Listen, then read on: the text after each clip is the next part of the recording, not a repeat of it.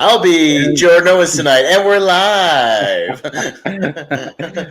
Yes, because Jordan is occupied at the moment, but he will be joining us when he is available. Because I guess he's still involved with the promotion in Florida, and the ring broke. So you got to do what you got to do. We dealt with that. We dealt with that one time. We used to have a ring before they ended up getting like a steel ring, with the steel beams underneath. They had like one with like these thick wood, things on the perimeter. And like every other show, one of them would break. One of the beams would break, And usually the odd thing was it wasn't like the heavyweight guys. It'd be like some cruiserweight match, and like they'd just be like jumping all over the place, and it would just break. And then we had one that broke right in the semi-main event, right near the end of the match. We had those guys TNT who have been on AEW a couple of times, the Steve on Dudley's kids, that tag team. So they did like a 3D and like all this stuff, and like the thing broke during it, but they were still able to get the pin really quick, and the match was over. So we still have one more match. It's John Davis versus I forget the Odinson, who was in NWA for a while with the other guy, the tag team in the end. But anyways, they're supposed to have this match, and the ring's broken, and so of course it's the old I'll go out and cut a promo and say I'll take you in a Duval street fight, which is like the county we're in, Duval street fight, and you get the crowd up, and of course what else are you gonna do? You got to have a false count anywhere. Whatever match, So I've dealt with those. We've had one break in the middle of the show, which really screws things up. At least with that one, it was just the main. But it can be a rough thing, man. You get those broken rings. It's not like you can just put another one together. In 10 minutes they don't have another one. What do you do? Yeah, that's where the power of improvisation comes in. I don't think like. Me, Cass, and Jordan watched the match recently just on YouTube. It was like, no, I think obviously it was always meant to be in a ring, but did you know that, like, I think in a Golden Corral once a few years ago, Heidenreich took on Doink? Oh, jeez. What a classic. Original Doink had passed away at this point, but it was a fat dude in the Doink clown costume. But yeah, it was stupid, very fun. Go check it out. Can only imagine. That's funny. But yeah, so he'll join us later. But Austin, Richie, and I are here to talk about Vince McMahon. We're going to talk about Vince McMahon because he, as of a week ago, has retired from the WWE, which is not a statement I thought I would say seriously for quite some time. I thought he would die before he retired, but here we are. Well, the Me Too movement will do that to you. It's when there's allegations of misconduct, and you just I just feel like I'm old enough to retire now. Yeah, no shit. Yeah. But also when they find evidence, like, oh, cool, well, look at that. I'm just gonna. Yeah, well, I'm gonna peace out, and y'all have a nice day. I'll retire, and just live off my $1 billion Saudi deal or whatever. Yeah, I'll just live off that. I'm out. Do you reckon they keep that going? I don't know, man. That's an interesting thing of like. I get, there's got to be stockholders that like, I know, part of it is Triple H kind of taking over, most of the day-to-day, production duties. I mean, Stephanie took over the kind of business end of the CEO kind of stuff, but Triple H is taking over the day. I don't know who makes the decisions. Like, I guess it's probably people that Stephanie deal with more likely than Triple H. But I know one thing Triple H can do. He can get rid of Kevin Dunn and all these stupid editing that they do now and 50 camera cuts for every 2 moves. He does have control over that, and he can get rid of that shit. I'd really like him to do that. Like, you could hire a new director. That's one thing he can do. It is heavily rumored that maybe Kevin Dunn might be on the chopping block soon because he's a Vince guy. He's one of his yes men. So like if you're gonna clean house and start over, you get rid of guys like Laurinaitis and Kevin Dunn. You just do. Yeah, and Bruce Pritchard. Like you get rid of that circle and you start fresh and do something new to get people interested again. And one thing you could do is fire the damn director who misses all the finishes and cuts 50 times for a chop exchange. Like you can stop that shit. Like I how refreshing it was, and I'm sorry, I'm not trying to like hog shit. How refreshing it was to watch this 2002 SummerSlam and like not see 800 cuts for every 3 moves, like to just watch a match and like, you know, and they would only cut if like somebody got Irish whipped into the corner or something, or like they would just hold the camera in the middle if they were doing an exchange. Like, you know how refreshing that was and how easy that was to watch. Like, it's just so nauseating now. I wonder what like spurred the change, because you know I think that like Kevin Dunn's been there for young, so that still could have been him. So like why? I don't know. It just must have been. It had to have been some other people that came in, some like editors or something, or people taking cues from just literally like you get all these movie people, man. It's like, oh, we got a shaky cam, we got to cut, you know, 100 times like a Michael Bay movie or something. You know, like I don't know what it is. Yeah. Like I don't know. Yeah, it's gonna be interesting. Like I did watch. I watched Raw. I didn't think like a lot of people. I didn't expect like, because apparently the show had already been written, so it's not like it's gonna have. It's not gonna be like, oh, it's just a totally new thing straight off the bat. It was they kept it. You know, it was very. There was a lot of there was still a lot of like Vinceisms in there kind of thing, but like there was you know there was more. There definitely there was subtle changes. There was more focused towards the actual wrestling. The less time to just you know, promo, and sort of and then one thing. Although I don't know if you can do this, but you know that there's always this thing on WWE especially, but I don't say W does too, where like people like, you know, if someone's watching a TV, they can't watch it. They don't know how to watch it. They're watching it backstage. They don't know how to watch. You know, they have to watch it. Oh yeah, no, they stand like facing the opposite direction of the TV to watch TV. Yeah, it's one of the weird things of like they can't like, because yeah, even when they would do those segments back in this era, the retro era, you know, 2000 or whatever, they would actually be looking at the TV like normal people.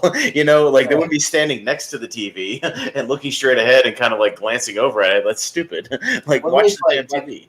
We had a segment on Summerslam 2002 where like Steph and Eric Bischoff back, and then they just sit down. They sit down and watch TV.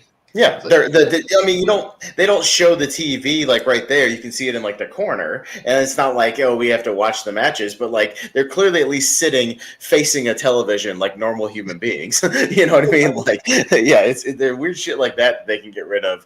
That you know that Triple H does have some control over, you know, things like that, where he can make it more like his NXT was, where it was wrestling based. And you can still do your storylines, or you can still do a few off the wall things here and there. But like, yeah, there's little things you can do to at least make it more interesting. You could do more realistic storylines of people having grudges or actually getting pissed off at somebody, you know, kind of more old school stuff, and not just, you know, I did whatever dumb shit to you, you know, and like, or, you know, it's just, you wear a goofy hat, so I'm going to beat you up or whatever, you know, just some, I don't know, like, I don't watch the product completely week to week, so I don't know what kind of wackiness they're doing week to week usually, but, you know, I can't watch 3. You know what he can do? He can go back to 2-hour shows. Well, the thing is, like, I think Triple H a couple of years ago was on Austin's podcast, and he was asked, "Oh, what would you change about Raw?" He goes, I would switch it back to 2 hours, because 2 hours writing that third hour is really hard. It's hard, man, and it's, you know, you can accomplish everything you need to accomplish in the 2 hours. I mean, there was damn near 20 years of Raw before they went to 2 hours, and they accomplished everything they need to accomplish on that and SmackDown, and then, you know, an hour or whatever of NXT, and, you know, but I mean, they had a few supplemental shows to fill in a few gaps, but you can do everything you need to do with the 2 hours. You're really stretching this 3, where you're filling in promos for nothing. You're doing, you know, matches. That's why they have to repeat so many matches. You know, that's why the guys face each other 85 times. You know, they run into the ground because they just don't have anything else to do. You know, you can. That's something I think he should at least work towards. Again, I don't know how the business dealing works as far as dealing with the television agencies, but that's something that, you know, he could at least have influence over. Maybe Stephanie to talk to like the network people to go back to 2 hours. I think that would not be a bad decision, like going forward.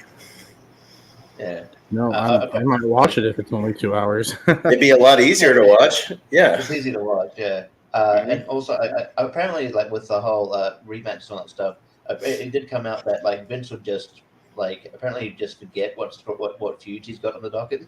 He's like, you know, who's feuding and stuff like that. So he would book like, oh, let's do this match, and apparently not know that we've done this match 2 times. So, but you can't say no to Vince, like, oh, you're sure. So yeah, so I feel like we there might can't do be Orton and Cena again.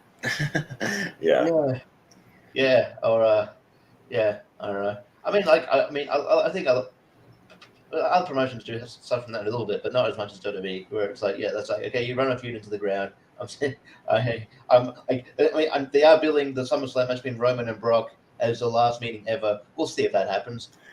Well, to be fair, now that Triple H is in charge, it may actually be the last time it happens, as opposed to like, oh, just kidding, fooled you, once in a lifetime, right? Once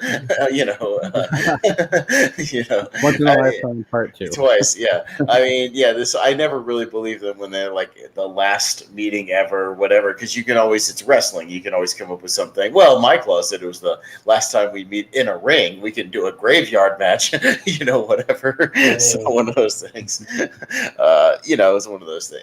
To be fair, Jordan, the other Jordan, he didn't double book himself. Something went wrong that he's got a priority for. So it's fine. We're just going to talk. But no, I mean, it's what does anybody else feel like though? It's like Vince McMahon retired. Everybody talked about it for like 3 days, and then when it was announced that Triple H would take over basically the day-to-day production, we kind of moved away from Vince McMahon, just started talking about Triple H. Like we just kind of forgot about that, even though it's like one of the biggest news stories in 20 years. It's really weird. Yeah, I mean, I think his NXT was arguably the best wrestling show on TV for quite a few years. Yeah. And so I think people are just excited to see what he can do with the main roster. Mm-hmm. I mean, I think the talent level there is just as good as it was in NXT. I mean, I hope he fixes the women's division and gets it back to where it was like 4 years ago or whatever, 5 years ago, like at the start of the women's evolution, because like they were putting on, I mean, and they're still putting on really good matches, but the pay-per-view matches that the women are doing are really good, but like the stuff leading up to it is kind of a little lackluster in my opinion. So hopefully that can be fixed with Triple H in charge of creative. Yeah, and I do think like the people who have left, I think maybe there's no chance that they might come back. I think Bray Wyatt comes back. I think Bray Wyatt's more suited for WWE in my opinion. I think Triple H will know what to do with the Fiend character. I think there's a chance that Gargano comes back. I think him and Triple H are pretty tight.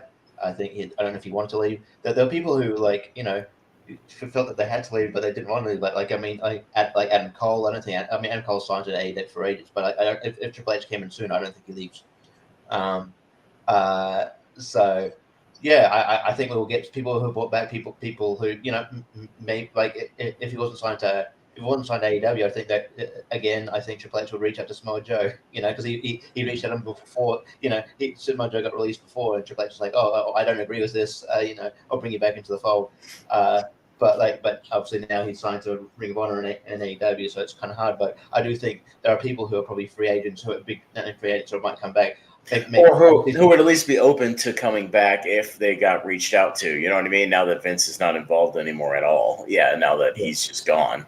And it looks like, and like we said, within the next couple of months, a lot of his inner circle yes men might be gone as well. Like I don't think that's out of the question that some of those guys, we might hear about their releases at some point, because he already said in interviews Triple H has over this past week, he's going to put together his own team of people to kind of help him run, that show to show like operation, and he's named a few people, but I'm sure he's going to bring in some other people to help him, people that see his vision or whatever. So I don't think people like Kevin Dunn or Laurinaitis or whoever, Bruce Pritchard, are going to be included in that. I think that could be on the chopping block. I do wonder whether maybe because Shawn Michaels actually writes for NXT at the moment. He helps write for NXT. I wonder if he gets like a bigger role, or whether I did hear that with NXT, they're not going to go fully, because to go away with what they got now is you'd be doing what you'd be doing with Vince did and just fire everybody that was associated. So you don't want to do that because you don't want to fire people but it's also going to be a sort of amalgamation of the two, where it's you're still going to maybe have these athletes who are they're trying to develop, but you also bring in top indie talent or experienced talent to work with people or people Vince might have passed on because of whatever reason. He'll bring them in and try to mold them that way. So that will be sort of an amalgamation of the two, which would be kind of. And cut out all the combine shit. Just teach these guys how to wrestle. You know, you're teaching these athletes just how to do athletic shit in the ring and memorize matches when they need to be teaching them how to instinctually wrestle. You know, what to do just in there, how to, you know, not necessarily maybe call, you know, from day one, call a match on the fly, but be able to fill in those gaps and not call every single move and have to practice it for 3 days, which is basically what NXT does right now. Those guys like practice a match for an entire week, then they do the match on TV. And then that way, if somebody misses their spot, everything goes to shit because they don't know how to improvise. You know, that's a problem right now. And then they get lost and they don't know what to do. As opposed to guys back in the day, they would call, you know, maybe a few opening spots, you know, a comeback spot, and then a finish. And a lot of those guys would fill in the gaps depending on the time and just be able to just run with stuff, you know, fill in the gaps in the heat in the ring, do another comeback spot here or there in the ring, you know, whatever, just have that chemistry where they could work with each other. You know, I think we see a lot of that, especially we'll talk about this O2 show where I can guarantee some of that shit, you know, some of these guys like call certain spots and then just fill in the gaps when they're in there. Also, like something like what Paul Heyman did with the ECW right there, like he would sort of amplify people's like the positive traits. So like he get he would be able to get people to a spot where they're more suited. So like obviously like someone like Public Enemy who weren't good wrestlers, but they got really over because they were able to he was able to see what works with them. So like there are people in NXT currently who I just don't think they'll ever be great wrestlers because they're coming from a different background, and there's only certain there's only special talent that can transition from a different sport to become a good wrestler. There's just going to be people who just can't get it. So maybe but someone like I don't know, like Lash Legend, who's not very good. If someone like that, if someone like her can talk though, don't just release her, just have her be a manager or something. Mm-hmm. Just utilize people where they fit. So I think Triple H will kind of instead of just trying to make magic happen, like no, they'll become a good wrestler. It's like no, some of these people won't. Some of these people will. Some of these won't. So you just got to instead of just going okay, I don't think you're the right fit for us. Work with them and see where they do fit. So I'm hoping that changes too, where we don't see like 10-minute long Lash Legend matches with Indy Hartwell, and actually managing somebody. Well, I think the important part is just for people to also not realize that things are not going to change instantly overnight. I think some people that are naive tuned into Raw being like, oh, Triple H took over tonight, it'll be a completely different show. It's like, no. Like they have things that are going on right now. They have to like wrap up, finish, do certain things and then start planning for whatever they're going to do. Like, it's not going to be an overnight thing. Yes, technically Summerslam will be the first one sort of under Triple H's control, essentially. But, so we may see that in at least the booking of the characters and the finishes and things like that. He definitely has some influence over that, but there was already stuff that was kind of in the works that we've got to work through. But I think if you look at the product, let's say, a year from now and next year's SummerSlam, it may be, radically different, but we'll see. You have to give it time, or even by WrestleMania, obviously.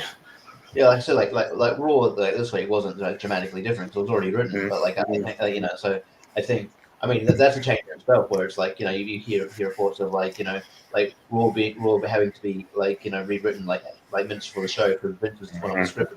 So the fact they're very fact they kept the script is a change in itself. But but the fact that so there wasn't going to be a lot of change. It was essentially just going to be a Vince show where maybe like Triple H's input peppered in there like a little bบ, but not much. There was that the start of Raw was a segment between Roman Reigns and Austin Theory, and Roman Reigns said just saying your daddy's not here anymore, which got a huge pop from the crowd line. So I think that was definitely probably that feels like a Triple H thing, because Triple H would do stuff like that in his promos, and he would actually encourage people like Punk would do that to him in their promos to him. You know what I mean? Like, he didn't mind that stuff, like taking little behind the scenes shots, like not going too far into the shoot territory, but dropping those lines here and there.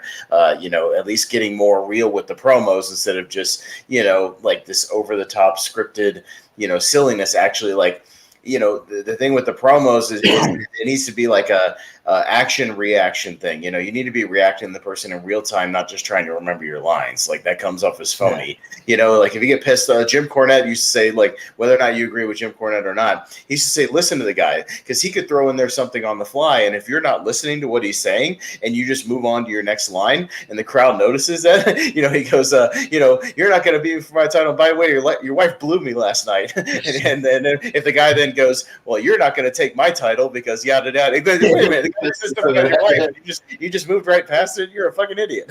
Like it's, you know, you have to listen, and sometimes getting riled up in real time, or, you know, reacting to it in real time makes it more real to the crowd, because they see you. It's why Eddie Kingston's promos are so good. Like they feel like there's something behind that's kind of real, you know. And I know some of it is just him playing his character very well, but there's something believable about, like, I'm gonna go out there and stab you, Jericho, and I'm gonna spill your blood all over this damn arena, and like I'm gonna kill you, and like you're either gonna have to run from me or I'm gonna kill you. Like it's like there's something believable about that, like in AEW, that WWE just doesn't have right now. I mean, the best promos sort of have the most authentic feel, and I know like AEW doesn't put their promos, but like, you know, I know anyone's going to get promos, but yeah, sometimes it's very obvious. Like Britt Baker's very good at promos, very good at talking. Mm-hmm. But when she's talking alongside like Thunder Rosa, it's like Thunder Rosa is just, you know, she feels like she's reciting a script, and it's kind of awful. Yeah.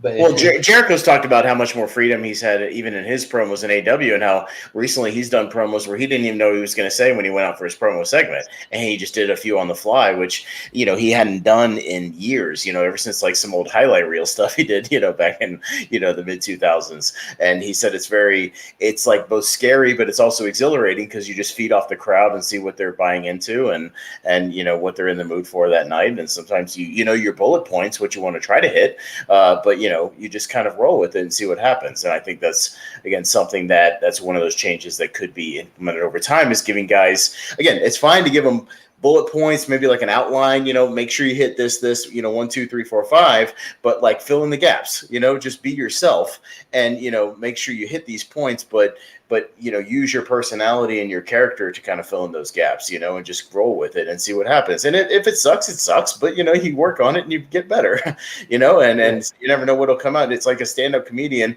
Richie, you got to find your voice. You know, you got to find your style and your way to deliver things, and that fits you, and not just, you know, try to imitate somebody. Yeah.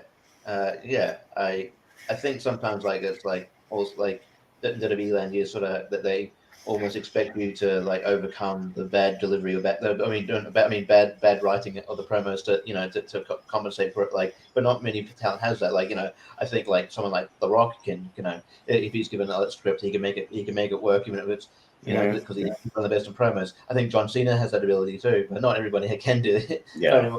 Not everybody, you know, it can overcome bad writing. So I'm hoping that they just stick to the bullet points. Like, here you go, because like I think there are people who are actually these. I think the people within WWE who are actually producing the promos haven't been able to show that, because of that, you know, they just, you know, they've been kind of nervous of having to recite a script verbatim, as opposed to just being themselves. Yeah, like there was a thing after Raw, if you see it, that Tommaso Ciampa kind of really, he hasn't been out since he came to Raw. He hasn't been allowed to talk, and then like the on the YouTube thing, he kind of promo with Miz, and it was really good. So like just, you know, like I don't know, just let people, you know, you can give people bullet points, but just let people. Let people be them. Well, that's part of character development, is them leaning into what they think, like how their character would say something, you know, like Stone Cold Steve Austin would not say something the same way as The Rock, who would not say something the same way as Triple H, who would not say something the same way as Mick Foley, you know, like they would not all say the same thing the same way. Like they would say, you know, Stone Cold would say it this way, Rock would say it this way, Kurt Angle would say it this way, you know, and that's the thing. It's like, okay, get over this match next week, or, you know, what you did to me last week, and where we're going as far as this and this, but like just go, like just talk how your character would talk, you know, and just roll with it. And that's how you get deeper into the character and play around with it. But anyways, we're going on tangents, but you know, but we're, you know, it's overall talking about it. It's a big time, as far as it's an opportunity for them to really get back an audience that I feel like they've lost over the last 10 years or so. So gradually, who's gotten sick of the formulaic stuff and the scripted stuff and whatever. And again, it's not going to happen overnight, but I think there's a way they could earn that back, like how the NXT did have a very loyal following for a long time, to where the takeovers were like the best thing you look forward to every couple of months because they were great, shows, and they were great 3-hour pay-per-views, but they felt bigger, they felt more epic, they felt more earned as far as the characters and the matches and the storylines than the main roster stuff. And that's what Triple H could bring to it. So I'm looking forward to seeing what he does. So we'll see what happens. Yeah, I'm hoping that he can fix the tag team division. That's my biggest hope, because the tag team division on the main roster, we have the Usos and the Street Profits, and apparently now the new and vicious Viking Raiders. They hammer home all the time. The new and vicious Viking Raiders, new and vicious. Just if you, this is another thing I hope goes, where when they try to get over a catch, just let it organically. When they started announcing Randy Orton as the Apex Predator, I was like, no, that needs to be a natural thing, not like we're announcing it the Apex Predator. Right? That was one that always bothered me. It's or that'd be announcing him as the Legend Killer Randy Orton. It's no, that was his gimmick. That was his character. That was what he was trying to get over. When you start announcing him as that's weird. It's just it's silly. They never announced Triple H as the Game or the Cerebral or Assassin Triple H. They just said Triple H. You just you earn those nicknames throughout your time. That's now Seth Rollins and Seth frickin' Rollins. I'm that's just a nickname. No. He's Seth Rollins. That's more of a fan thing. He's Seth freaking Rollins. It's just, or something he says in promos or whatever. But you don't announce him as that. That sounds weird. and for God's sake, Triple H, let the guys have 2 names again. Enough of this theory bullshit, please. Riddle, Theory, Omos. Just let them have 2 names, a real name. Stop the shit, please. That's one thing you can't change. Let them be Matt Riddle, Austin Theory. There's nothing wrong with that. Just let them have a thing. Also, if they're on NXT with one name, let them come to the main roster with that name. Don't change their name. Gunther and Walter. Just let him be Walter again, please. That's one thing you can do, Triple H. Let Walter come out and cut a promo and tell you he's sick of this Gunther crap. I want to be Walter again because that's my name. That's an easy fix. Let him pack on the pounds again and make him look like Walter. Yeah. So I don't know. Good stuff. But yeah, I mean, we'll see what happens, man. But yeah, this will be the first pay-per-view where we at least see as far as, like I said, the booking decisions or maybe some little character things, or we may see some minor changes. But yeah, give it a year and let's see what it looks like. Maybe even come WrestleMania, next year. Let's see what it looks like, from there, or what the product looks like kind of overall. But if I was AEW, they're definitely, not that they've ever let their game down, but again, let's see some competition get going again. It only makes for good shows between both brands. Keep your games up. Who knows? Maybe some joint shows. Who knows? I wouldn't plan it anytime soon, but it's not out of the realm of possibility. No, I mean, it would have to be. Yeah, the stars would have to align almost like they did for Who Framed Roger Rabbit. If we're going into movie senses, that's some Disney, Warner Brothers, stuff working together. But it's not completely off the table. But I wouldn't hold your breath anytime soon. That. He's got a good relationship with half their roster. Yeah, but who would benefit more from that? Would AEW benefit from that, or WWE benefit from that? It would be more AEW benefiting from that, honestly, than WWE. WWE really doesn't have anything to gain from that because they're still the top dog. So, I mean, other than just wetting, Marx's shorts, at the idea that, what I mean? It's just and then it would just be a whole business thing of who do you put over and what thing, who gets the building, who, gets the money from the paper. It's just a whole mess. It would just be an entire mess. So I wouldn't hold your breath on that. That would be a whole complicated matter. So, yeah. See, it's a never say never. I mean, Vince. Yeah. Again, we never thought Vince McMahon would retire, but here we are talking about it. Yeah. So, I mean, I'm gonna hold that sliver of hope, like just this much maybe. Sure. But the sliver of hope. I'm gonna well, not to say that on the lonely marks, 6 months from now we couldn't do a show where we booked a WWE versus AEW dream card, and did our own little fantasy cards. If we did the new version of Forbidden Door, WWE versus AEW. Yeah. That's the real Forbidden The Door. really, really Forbidden Door. That's what they'll call the show. The really, really Forbidden Door. They'll call it Beyond the Forbidden Door, kind of like Valley of the Dolls. Beyond the Valley of the Dolls. If they do that Forbidden Door show annually, though, eventually they're just going to change their name. Eventually, they're just going to have to change their name, though. Like Forbidden Door, it will just start becoming the Forbidden Door. Obviously, it's not forbidden. You're in it now. Yeah. So, It's just a revolving door. Well, I mean, you could call it Forbidden Door and then, do like a subtitle or something, New Horizons or, Opportunity or something like that. I mean, there's a way you could kind of get around that, but yeah, I mean, they can keep the name. It's fine. I don't really mind, especially if it's only a once a year thing, so it's not that big a deal. Yeah. But it's a cool name. I like it for what it is. And if it's as good as this last one was, yeah, let's do it every year because that last one was pretty damn good. So yeah. And also, I think that we still need Bryan Danielson and Zack Sabre Jr., which you can get. So when you're gonna do it then. So yeah.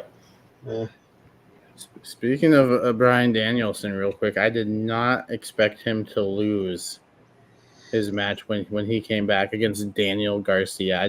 I was not expecting that result. Sure, it wasn't a clean victory for Daniel Garcia, but the fact that he returns and loses, that was a surprise booking choice, in my opinion. They made they made look strong. The JAS look strong. Yeah, I was surprised by that, but I was like, I guess they're trying to set up something between Danielson and Hager, but yeah, I don't know why Hager came out and he was like masked and stuff. Like, dude, people expect that maybe you'd come out, you're part of the group. It's like if you got a disguise on, it makes it seem like someone's debuting. Yeah. Who is this masked man? Well, I think it's one of 4 people. Yeah. One person. Still, it was like when they usually when someone debuts in AEW, they dim the lights and someone comes out, and then when someone dims the lights and the big, I can't even remember, still can't remember his name. I still can't remember the guy, the bodyguard for Jay Lethal, when he came out and people were like, yeah, who the Satnam Singh or whatever his name is. Yeah, Satnam Singh, yeah. I just and you interfere in matches all the time anyway. So why do you need to be disguised? I didn't get that. But yeah, no, it was good. I think Daniel Garcia is really good. I think he'll, he's one of those guys that they'll sort of push in the future, and he might get to the point where like a main event level. But yeah, I mean, that's not a usual thing to kind of beat your returning guy, but it makes it more less predictable, I guess. Yeah, and shout out to Claudio winning the ROH World Title, finally becoming a world champion. Yeah, I saw some people and then Jonathan Gresham just giving his middle finger to the business, saying he's not going to wrestle anymore. Right. Yeah. Another follow-up from that. I mean, his gripe was like that. Well, he didn't like that. Like the match, I don't know if you watched pay-per-view. The match was very short. I don't know why, but it was short.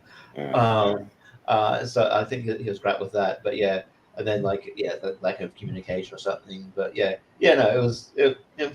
it's interesting. It's going to be interesting to see how that plays out. But yeah, good on Claudio. And then I don't know if we talk about later after the FTR Briscoes match, Claudio and Wheeler Yuta came out.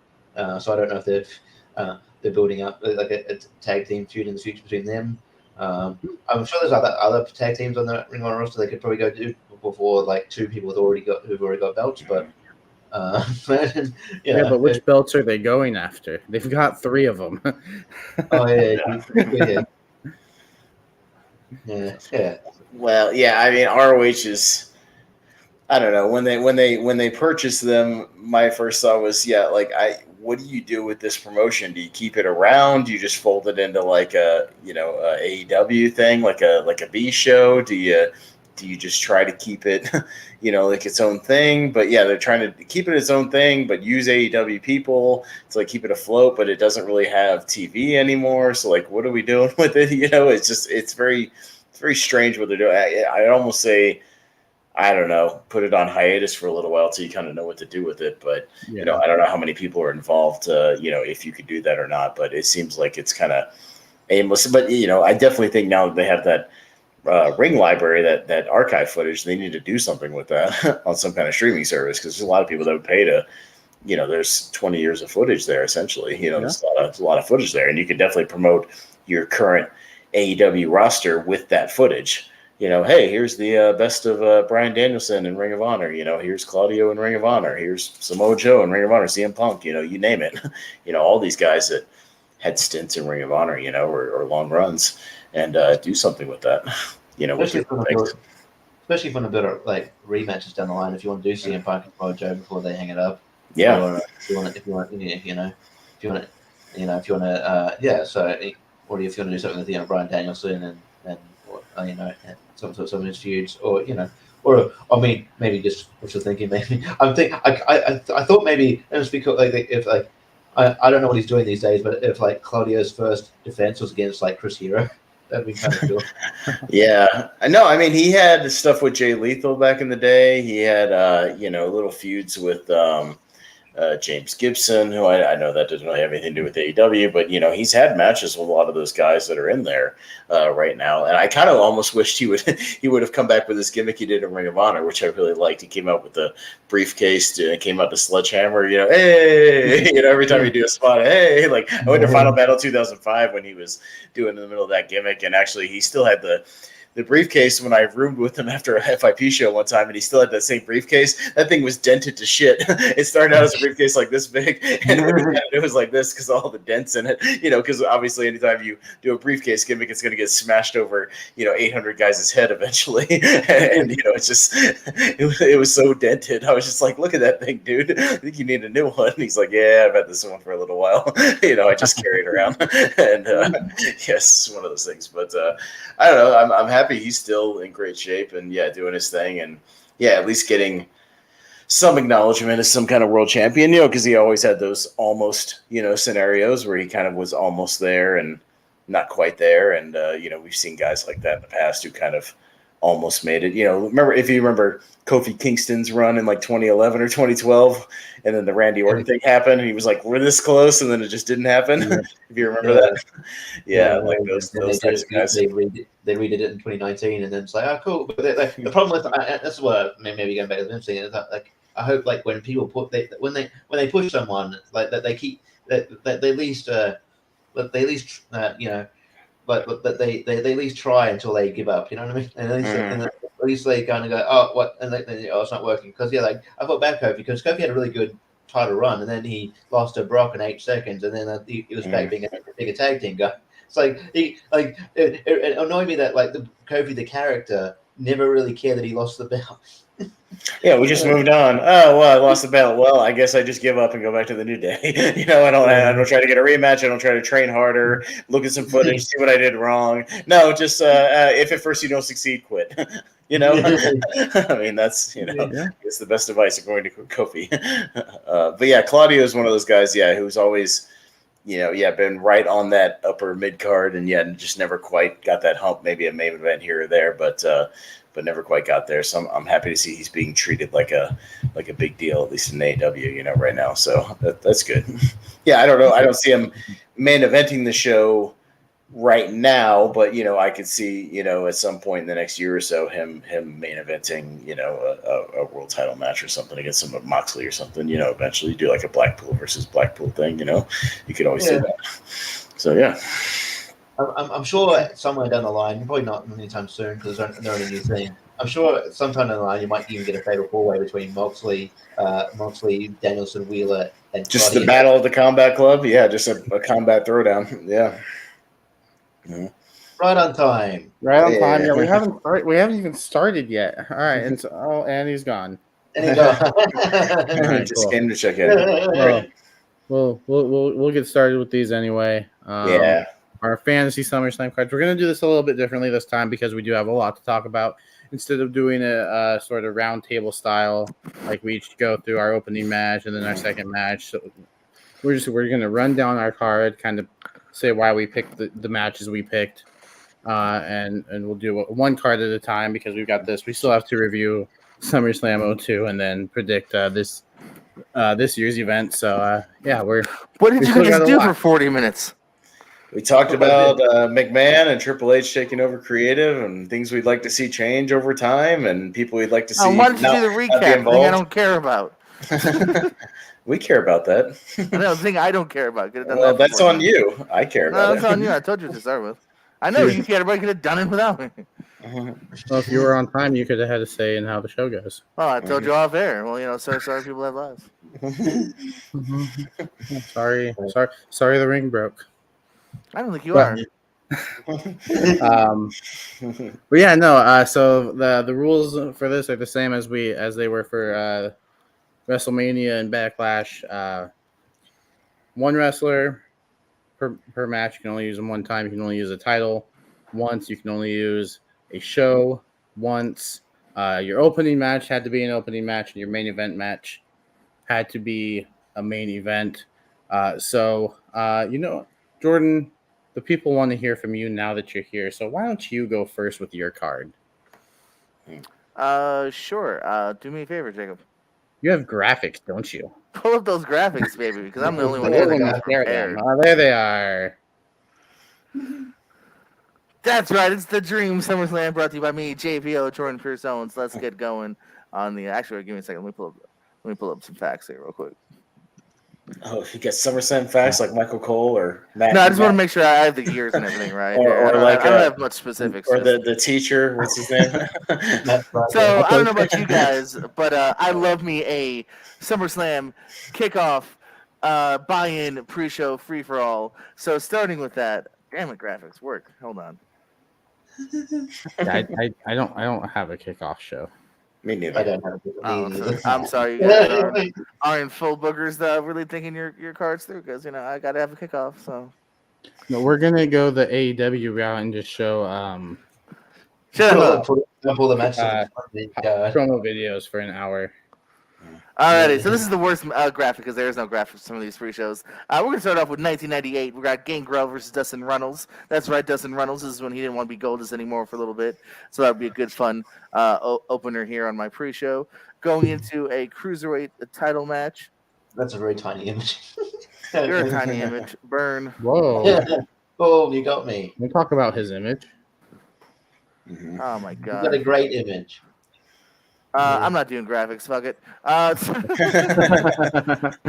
SummerSlam 2018.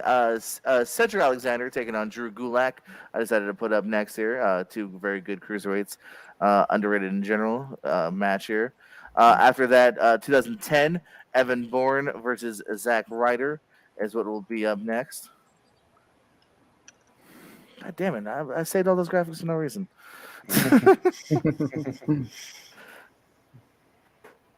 Okay.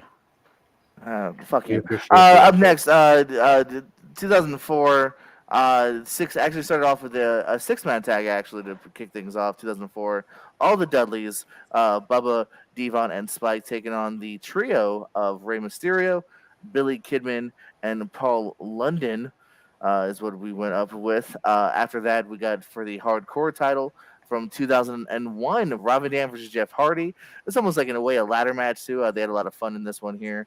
So that comes up next. 1991 for the Intercontinental title.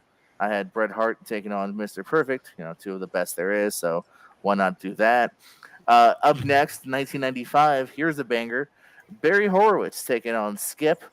Good old moment for Barry getting the W here and a cool little wind down before we get to the next match.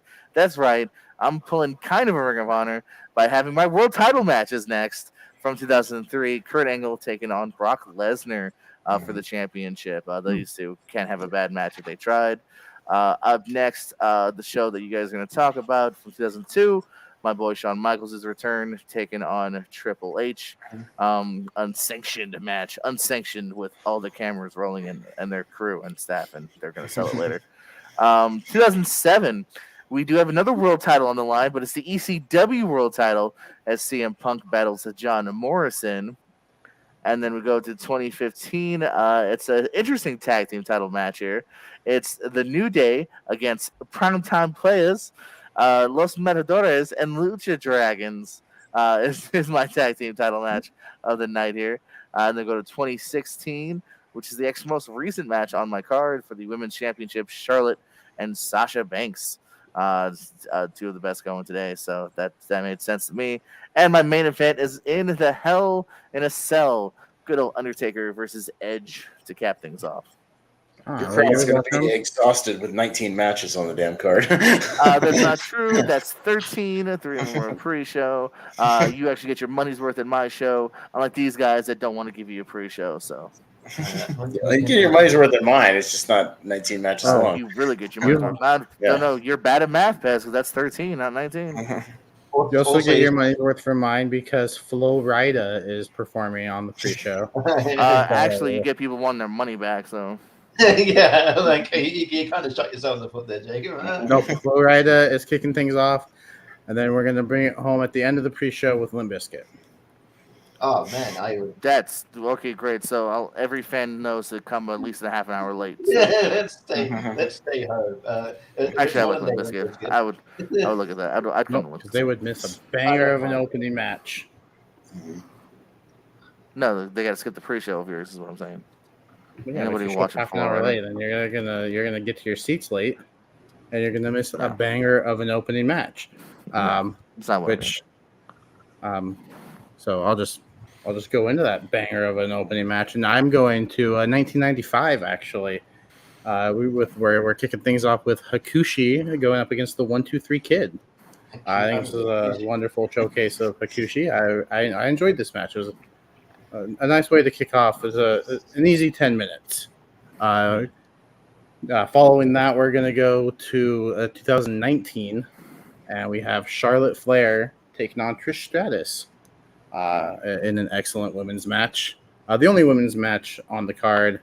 And if this is the way Trish's career is ending, then having a banger with Charlotte Flair isn't terrible. I would have liked to see her get the win, but it's Charlotte Flair, so nobody wins.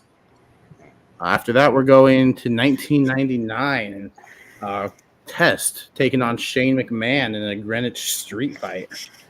This was a fun match. The Mean Street Posse getting involved, and Test, just taking them all out, getting the win. I had a lot of fun with this match. I think this match is fun.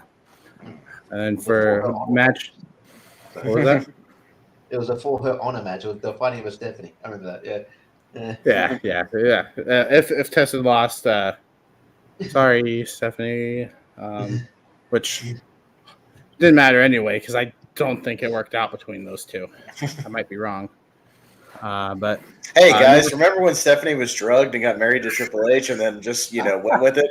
Remember that when that was the thing? I'm still waiting for the payoff. Still waiting for the payoff.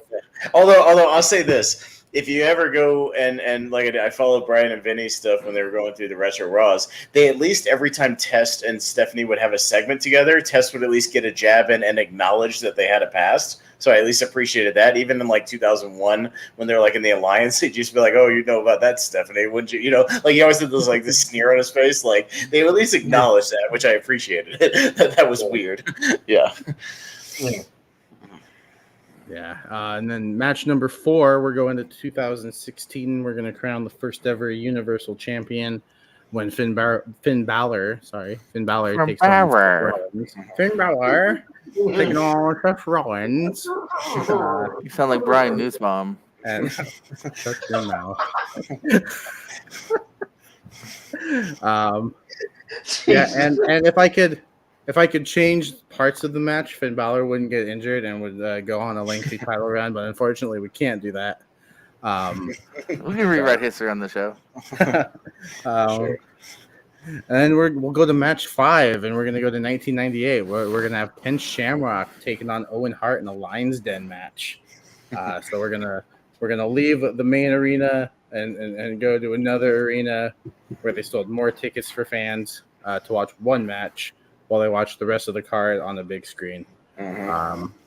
But no, that one was good. Hard hitting. I really like that. It was between.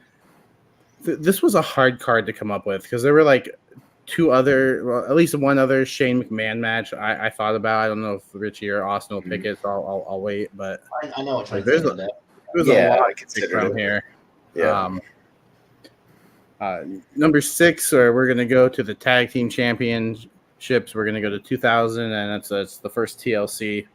Edge and Christian, the Dudleys, and the Hardys. The second one was better, but this one was also really good and a lot of fun. After that, match 7, we're gonna show some love to the Thunderdome era, and we're gonna see Drew McIntyre taking on Randy Orton for the WWE Championship from 2020. I thought this match was really good. A surprise finish where he wins with a roll up or a backslide or whatever it was. But yeah, a really good match. I think those two work really well together. Number 8, we're going to go to 1996. We're going to go to Mankind taking on The Undertaker in a Boiler Room Brawl. Again, really good with a surprising finish. Probably surprising at the time. Not surprising now because we know what happens. Surprising in 1996. Yeah. Number 9. By the way, that match, I love that the commentators, when they were in the Boiler Room, were mostly silent. I think that really added to the match. I really enjoyed that they were just quiet unless like something big happened. Good on the commentators for that. Number 9, I'm also going to 2002 with Shawn Michaels and Triple H, the unsanctioned match. Hard hit, yeah, really good. Triple H just busted open, bleeding all over. And number 10, my main event is from 1992. British Bulldog taking on Bret Hart and winning the Intercontinental title in what I think is one of the best SummerSlam matches of all time. So that's my card.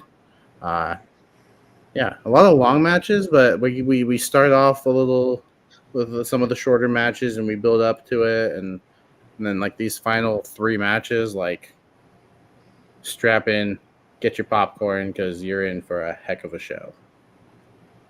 No, it's a good match there. Some of those are on like my short list as well, so good stuff.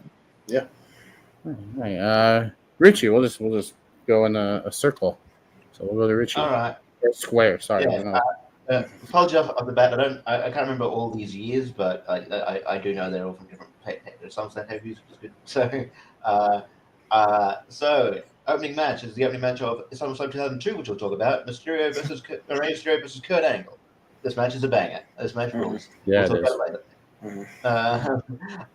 later. My second match for I think it was the Divas Championship, which is about like 2 women that don't get credit enough for actually helping start this women's revolution. I'm going to go Paige versus AJ Lee. Okay.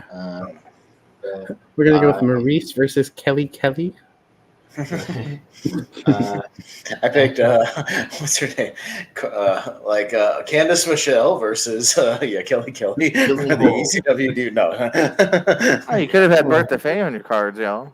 Yeah. Yeah, you could have. Yeah. I think you might have to correct me on this. I know it's like 2019 or 18. The Fiend versus Finn Balor. And then I also have the TLC match from 2000, Edge and Christian, Hardys, and Dudleys. From 2015 or 16, I believe, John Cena versus AJ Styles. That's 2016. Yeah, it's 2016. Mm-hmm. Also, that's interesting to note. In 2003, The Undertaker versus A-Train. So I got that next. But in 2002, he was Test. So he had 2 matches with TNA in consecutive years. Yeah. From 1999, I believe, 98, no, 9. D'Lo Brown versus Val Venus. I thought that these 2 were decent workers. The European title. And from 1999, a Kiss My Ass match. The Rock versus Billy Gunn. Yeah, that happened.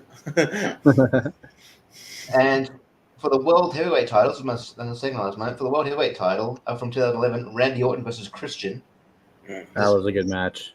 This was a good match. And my main event is also for the Intercontinental title, Bret Hart versus British Bulldog from 92. some of these cards had multiple matches that I wanted to put on, like 2002 especially, which we'll get to in just a few minutes. But man, I have some that have been mentioned already, and a couple that haven't. So my card started with the opener, same as Richie, from the one we'll talk about in a minute, 2002, Kurt Angle versus Rey Mysterio. This match is fucking great, and we'll talk about it in a few minutes, obviously. So I go from there, and again, my cards are similar. My first 3 matches are all like 10 minutes, really just good matches. 4 and 5 are about 15, and then my last couple of matches are kind of 20, 25, kind of a progression there of matches and match styles. My number 2 is the 1998 Lions Den match as well. I have Ken Shamrock versus Owen Hart also in the Lions Den match, just to mix it up a little bit and kind of cut to something different. We come back to the arena for my 3rd match from 1993 for the tag team titles, the Heavenly Bodies versus the Steiners, which is just a really fun 10-minute match. Heavenly Bodies are out there with Jim Cornette, which is always fun, so you can watch him whenever you're not watching the tag team match. Guys just going out there and killing each other. It's a pretty perfect 10-minute match. And go to my 4th match from SummerSlam 2000, Chris Jericho versus Chris Benoit, 2 out of 3 falls. Just kind of a grudge match. But 2 out of 3 falls. It's 15 minutes of those guys. They had really good chemistry. Just trading submissions, trading suplexes. It's a lot of fun. We go to number 5, one that JPO mentioned. We're going to hang that hardcore title way up in the air and have a hardcore ladder match. Jeff Hardy versus RVD from 2001, which I like more than the TLC match from SummerSlam 2000, actually. Me personally, don't get me wrong, I like TLC 2 a lot, and TLC is great, but I chose to do this match. I just think this one's a lot of fun. These guys killed each other, as you can imagine, on some of these ladder spots. It's ridiculous. Good stuff. And then we bring it back to the ring for more traditional, just great counters, great holds. One that's been mentioned already, 1991 Intercontinental title, Bret Hart versus Mr. Perfect. This is a really, really good match. Just wrestling one-on-one with these two guys, Mr. Perfect bumping all over the place. Just really, really good stuff. My number 7, I go to a more modern WWE style good wrestling match. One that I mentioned already, 2016, John Cena versus AJ Styles. I also have a really awesome match. Maybe one of Cena's best matches of his last 6-7 years. I go to number 8, one that Richie mentioned, Christian versus Randy Orton, no holds barred for the World Heavyweight title. It's kind of a crazy, fun, match, but it's a no holds barred match, but no blood or anything. They just did some creative, spots and just kind of went all out with the stairs and the trash cans and the tables, and it's a lot of fun. And then I wrap it all up for my main event because you just got to have an old school style sports entertainment main event, just 2 big stars doing their thing, having a really good fun match. I did it. Hulk Hogan versus HBK. SummerSlam 2005. I did it. Because God damn it, this match, say what you will, but it's entertaining as shit for 25 minutes. And these 2 guys had a lot of fun to put on a really old school match. Hulk Hogan bleeds all over the place. They have some really good counters. Crowd goes nuts for it. Say what you will, but that match is entertaining as hell. And so I'll end it with an old school, just sports entertainment WWE match, man. Why not? Hogan versus HBK. I did it. Nobody else would. I did. I honestly thought about, there were 3 matches that I was thinking about for my main event, and it was the one I picked, British Bulldog and Bret Hart. It was Brock and Rock. And then it was Hogan and HBK. So, this was a hard because this was just a harder one to come up with. This one was harder for me than WrestleMania. I had some ones I considered. I just didn't want too many gimmicks at the end. Like Flair and Foley had an I Quit match in 06. That's pretty brutal that I considered, but I didn't want too many gimmicky matches. Ray and Dolph had a really good Intercontinental opener in 09 that I considered. Brock and Triple H's main event was really good. I was considering Brett and Owen Hart in the cage, but I couldn't. In the cage, but where do you work it in on the card? I couldn't figure out how to do that. It was really weird. So I had a watch list. I went back and watched some stuff I considered. Like you said too. There's a lot of good no DQ last man standings, but it was like, yeah, You don't want too many of those. Yeah, you know. So I definitely had to get back off that. I feel like half my card is that.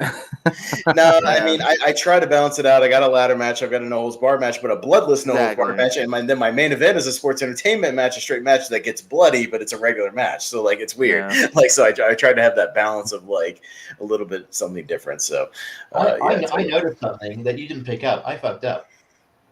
What'd you do? I got the TLC the first match, but then I've also got Randy Orton versus Christian. Oh, you can't have that. Yeah. So. How dare you? It's okay. Richie, you had one job. Sorry, Randy. Sorry, Randy Orton. Well, then you can do what we did. You can substitute Jeff Hardy and RVD's ladder match, and then you won't have that problem. So for the TLC match. Yeah. There's a lot. Once you do, like for instance, once I knew I wanted Edge, that killed a lot of Edge matches, and gotta be careful. Yeah, that's why I didn't do the TLC match. There's just 6 of those guys involved that are in other matches that just kind of freed that up if I didn't use that. So, Bret Hart's, like I said, Bret and Owen are in a lot of those really good matches. Mr. Perfect's in a lot of, Shawn Michaels is in a lot of good, we could have picked Shawn Michaels and Vader. Yeah, I really want to do a Shawn and Razor ladder rematch. Right. That's a good one, but I knew I wanted his comeback. Yeah. Yeah, me too.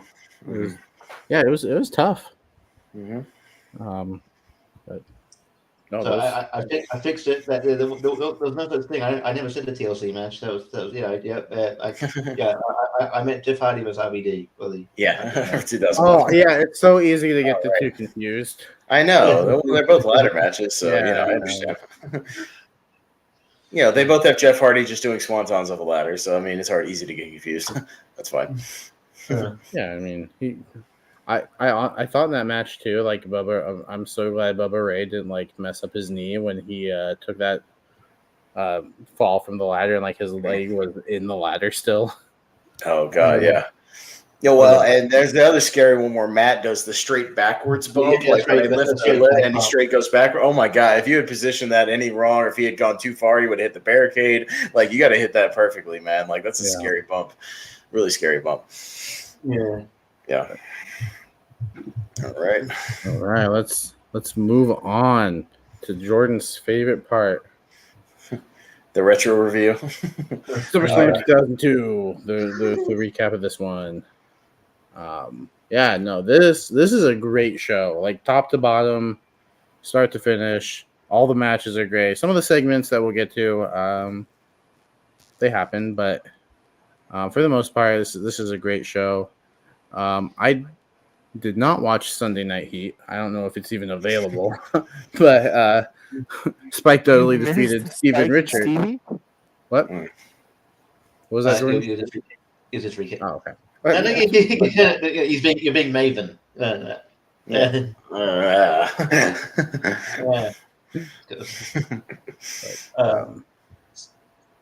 And apparently on Heat, Spike Dudley defeated Steven Richards in 2.5 minutes. Oh, good. Sunday Night Heat. I'll go look that one up afterwards. Yeah. Was that on MTV in the MTV days of Sunday Night Heat? I don't know. It might have been. Maybe. I feel like that was 2002, 2003 era. Yeah. But and then we'll go to the opening match, and since Richie, you and Austin picked this one to open your show, we'll go ahead and go to you two first. We have Kurt Angle defeating Rey Mysterio by submission. And I have 9 minutes and 20 seconds. Yeah, I'm sure JPO will fact check that because apparently I don't know where we look, but we always have different times for these matches. Well, if it's a recent show, it's straight up my times that I did myself because I'm a nerd. Okay. If it's an old show, then you're probably right. I'm just looking at Wikipedia right now, so we're probably the same.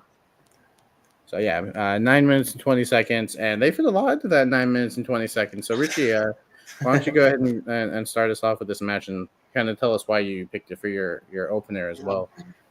This match rules. I think Kurt Angle can work with it. I think Kurt Angle's a perfect opponent for Mysterio's first pay-per-view match, and it's just like awesome near falls. I think Kurt Angle's like the king of the last second kick out. I think it's so great, and just the things that Mysterio's phenomenal, and I absolutely love it. I also love how Kurt Angle's great because he can embrace the goofy. Like he wore the goofiest fucking ring gear I remember he wore this shit for a while. It's like the brightest red, white, and blue gear you'll ever see. Like it's like flashy. It's almost sparkly. It's really really strange. Yeah, the big giant stars and A's all over his shit. Like it's really weird. But like, yeah, this match is like phenomenal, and I don't think it was one of those matches where like it was so good that it doesn't, even though it was just Ray's first pay per view match in WWE, I don't think it hurt him to lose, especially the way he did. He took he took Kurt Angle to the limit. I think it's sort of similar to where like John Cena's debut. It's like like he didn't win, but like he got over by like pushing one of the best wrestlers to ever do it to the limit. So yeah, this match is phenomenal. I forgot how good this match was until I saw it, and the crowd was fucking bonkers. The crowd loved it. The crowd all night, other than one match, which was odd. We'll talk about it when we get there. Was like on fire tonight. Like this Long Island crowd or wherever they were, I think it was something like that. This crowd was like hot for everything, especially like this is a perfect opener to get the crowd. And like this crowd was literally at the end of the match. Like with some of the near falls, like jumping up and down in the arena, like going nuts. Like when he hits the West Coast pop near the end and almost gets the pin, like the crowd is just going berserk. They went crazy for the opening when Angle's waiting for him, and Mysterio jumps him from behind and like hits the springboard, and then just proceeds to head scissor him left and right all over the ring. Angle's like a perfect post for Mysterio, like the whole time. Like he works really well with cruiserweights, which who knew? But like I remember around this era him having matches with like Tajiri and Chavo and like even Eddie obviously and some of those guys where they're flying all over the place, and he just works really well with them. Like he just had good chemistry with these guys, and it's a fantastic it was a perfect length. It's like 9-10 minutes. It doesn't go too long. You have some great near falls in there. The really good spot where Mysterio jumped over the referee and did the plancha, which we've seen a bunch of times since then. But you put it back in 2002. A lot of the crowd hadn't seen stuff like that. They're going crazy, dude. There's one spot, man, where Ray tries to do that like reverse scissor thing, like counter, and Kurt Angle kills this dude with a wheelbarrow suplex. It's awesome. Like just tossed him, dude, and just like wheelbarrowed the shit out of him. It was awesome. It was perfect. Like him just suplexing him everywhere, and it was so good. And yeah, Kurt Angle gets the victory. I think it was the right call, because Mysterio is not yet on that Angle level just after debuting, but he still got over because he got the crowd into it. He's there. He looked like a star. They treated him like a star, and it's just like a perfect 10-minute opener, man. You couldn't ask for a better one than this. Yeah, Jordan, what did you think of this match? So I'm going to go ahead and cheat a little bit and just kind of give my thoughts in general real quick because I didn't rewatch the show. I was busy. But no, first I just want to say about it in general, man. Yeah, you look at this card, and I've seen the show several times, though. This was a DVD purchase for me because I was a big Sean fan. So I remember spending that solid $25, $30 at FYE, which nowadays, $5. I had almost every show from 01 to 04 on DVD around this time. Before we started getting the network and I sold a lot of them, I had all these shows on DVD and watched them a lot. Totally. Yeah, no, this is my first DVD purchase, though, because up to then it was whatever was on sale or VHS to save the money. But this is what I really wanted. DVD was just about dying at this point. Or VHS was just about dying. So picked it up. Great card. I would literally, except for Undertaker and Test and the tag match, if you say any of those other ones were on paper a main event, you would believe it here. You know what I mean? Angle, Mysterio, Flair, Jericho, Edge, Guerrero. These are all really good matches here. This is a true SummerSlam. If this was a WrestleMania, this would be a good Mania. So it's times like this that, going through the SummerSlam years and then sometimes getting those years where you're like, oh, I could do 8 of these, and then getting to some years later on, we're like, there's 2 of these I kind of care about. Yeah. You know what I mean? It's you could have picked 5 matches from the show, and any one of them would have been perfect for your card. Oh. Yeah. If I couldn't figure out anything for Taker or Test, I'd even do that. And that's probably maybe the least banger match is Taker and Test. Even that's not a bad one. Test was a decent mid carder. So, yeah, really really good SummerSlam here. But as I mentioned before, the return of Shawn. And the real solidification of Brock Lesnar and what he would kind of become here. Great build up to him debut, King of the Ring, SummerSlam. You know what I mean? Hogan then Rock within a few weeks. So yeah, really good show. Mm-hmm. Yeah, and I'll just echo what Richie and Austin said about the opener. I don't think anything else needs to be said. It's a really good opener. It was a contender for my card, but ultimately went with the Shawn match as well. But yeah, I can't fault you for picking this match because it is a This great match opener. fucking rocks. Yeah, I could watch this match once a week, and I think I'd be happy with that. Like, this match is so good. Like, yeah, I had forgotten how good this. I hadn't watched it in a while. I remembered it being great.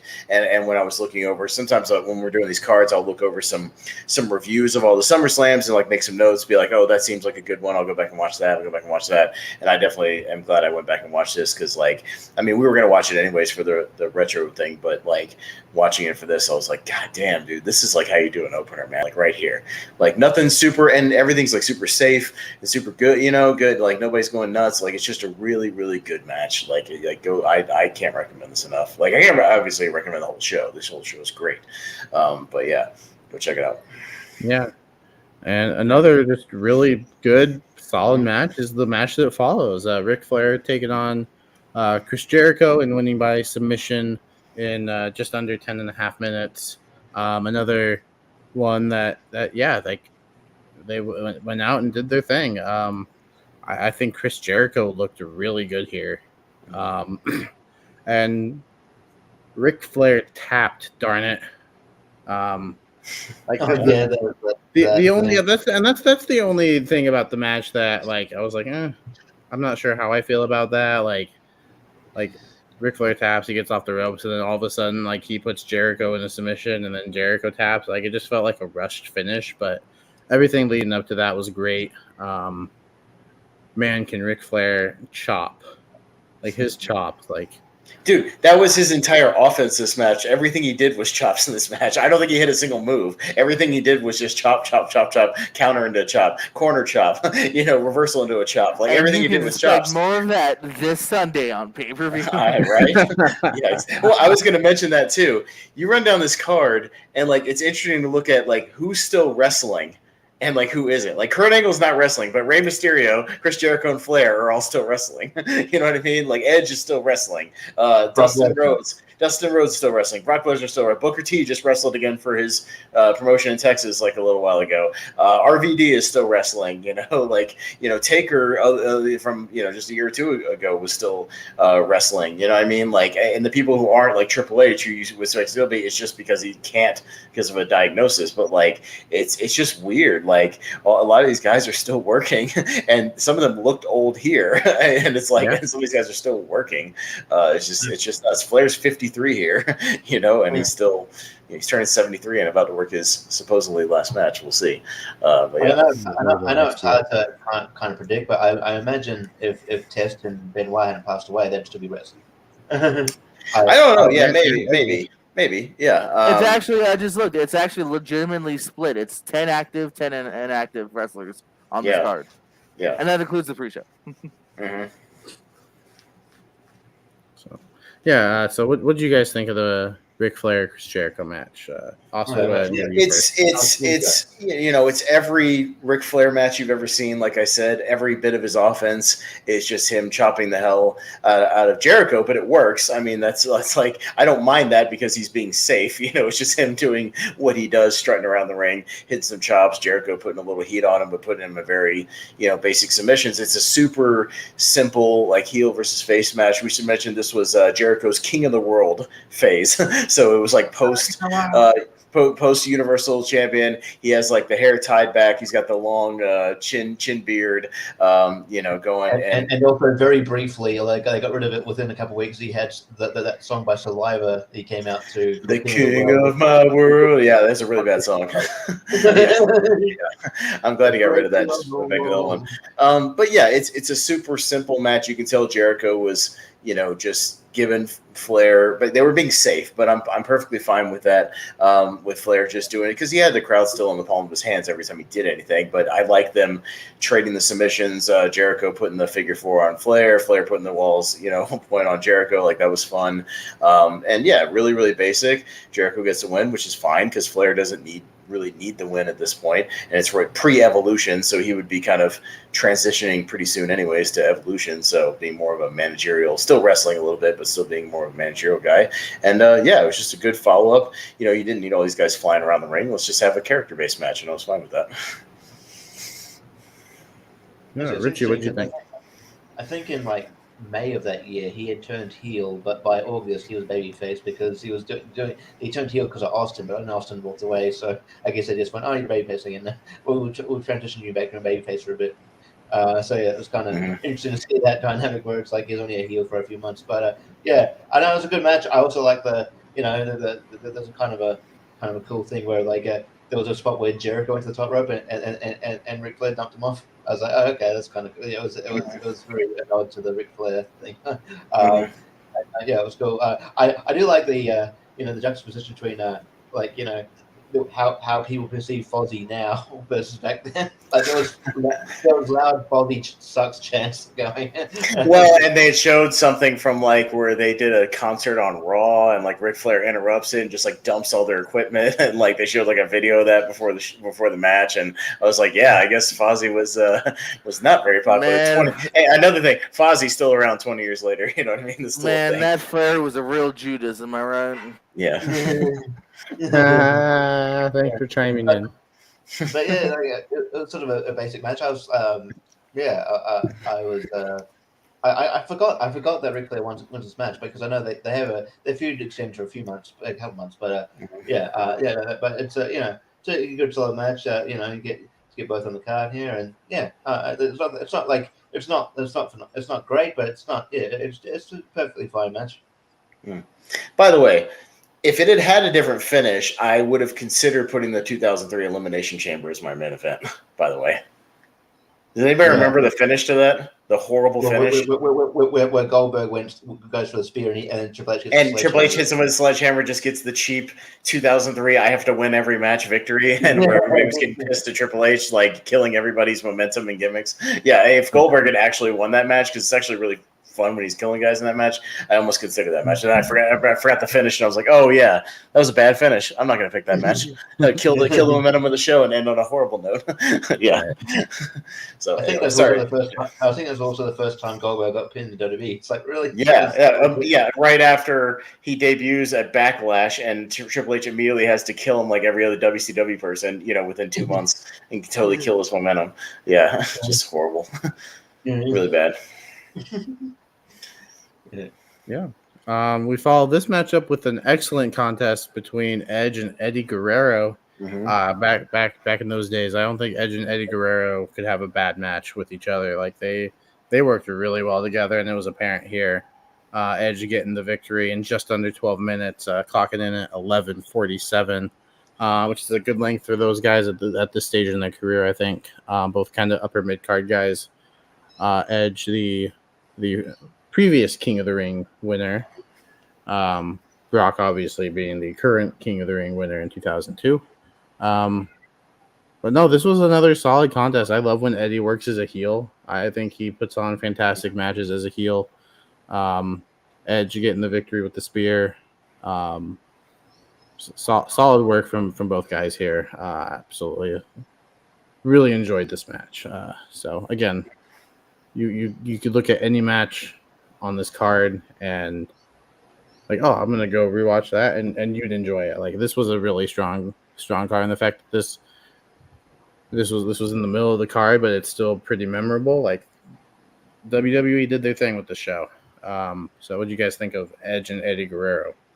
I think this is I did just predicting this might be the match that Austin was talking about where the crowd wasn't totally no, it's actually Benoit and RVD. Like they're oddly like quiet for like that whole match. Like they were kind of into this match, but like the Benoit RVD one we'll talk about in a minute, they were like weirdly dead for that match. Yeah, I don't know what it was. I thought they were kind of into this match too, but like Edge didn't really reach the heights until he turns heel. I think like they were kind of like obviously the women really liked Edge, but it was just like it wasn't getting like he wasn't getting like as big of a response as he could be. Like he wouldn't. It was before he had become this major star. But they work really well together. I do like the again. It's like early 2002, so we're still not very progressive back then. So it's like like when Eddie Guerrero comes out, there's like signs saying "Deport Eddie." It's like you do realize he's billed from El Paso, Texas, right? He's not actually born in Mexico, but anyway. Yeah. But yeah, I remember that time. It was like let signs like "Deport Eddie" or "Eddie mow my lawn" or some shit like that. It was just Weird. Yeah, it was, and then a couple of years from now, we'd have the Mexicools actually coming out on lawnmowers. It's like, wow, different time, right? But yeah, I think these two guys work well together. I think the story that's in the match was like Edge's shoulder, and kind of annoying a little bit, it was like Edge's working on Edge's shoulder, but then the entirety of Edge's offense was using the shoulder. So I was just like, at least with as we'll get into it before for Shawn Michaels and Triple H with the back, it sort of it hindered his offense a bit, where I don't feel like it really did sometimes with the Edge's offense, but it's fine. It's a slight nitpick. I like the match though, and they worked really well together. And I did like the story where it's like, oh yeah, you're never gonna hit me with a spear, and you get hit with a spear and win. So it was just a solid man. And I forget because it's old. You forget it's just sort of jarring hearing like JR calling out like Edge. Oh, this kid is really good. No, it was Michael Cole. It was Michael Cole actually. He said this kid's really good. I'm like, man. It's a bit jarring. He's been in the company for 5 years now. What do you mean, this kid? I know JR tends to he always says this kid. I'm like, I know he means well sometimes, but it's like I think it's condescending to go, oh, this kid is. These kids are awesome. It's like, but it was actually Michael Cole who said that.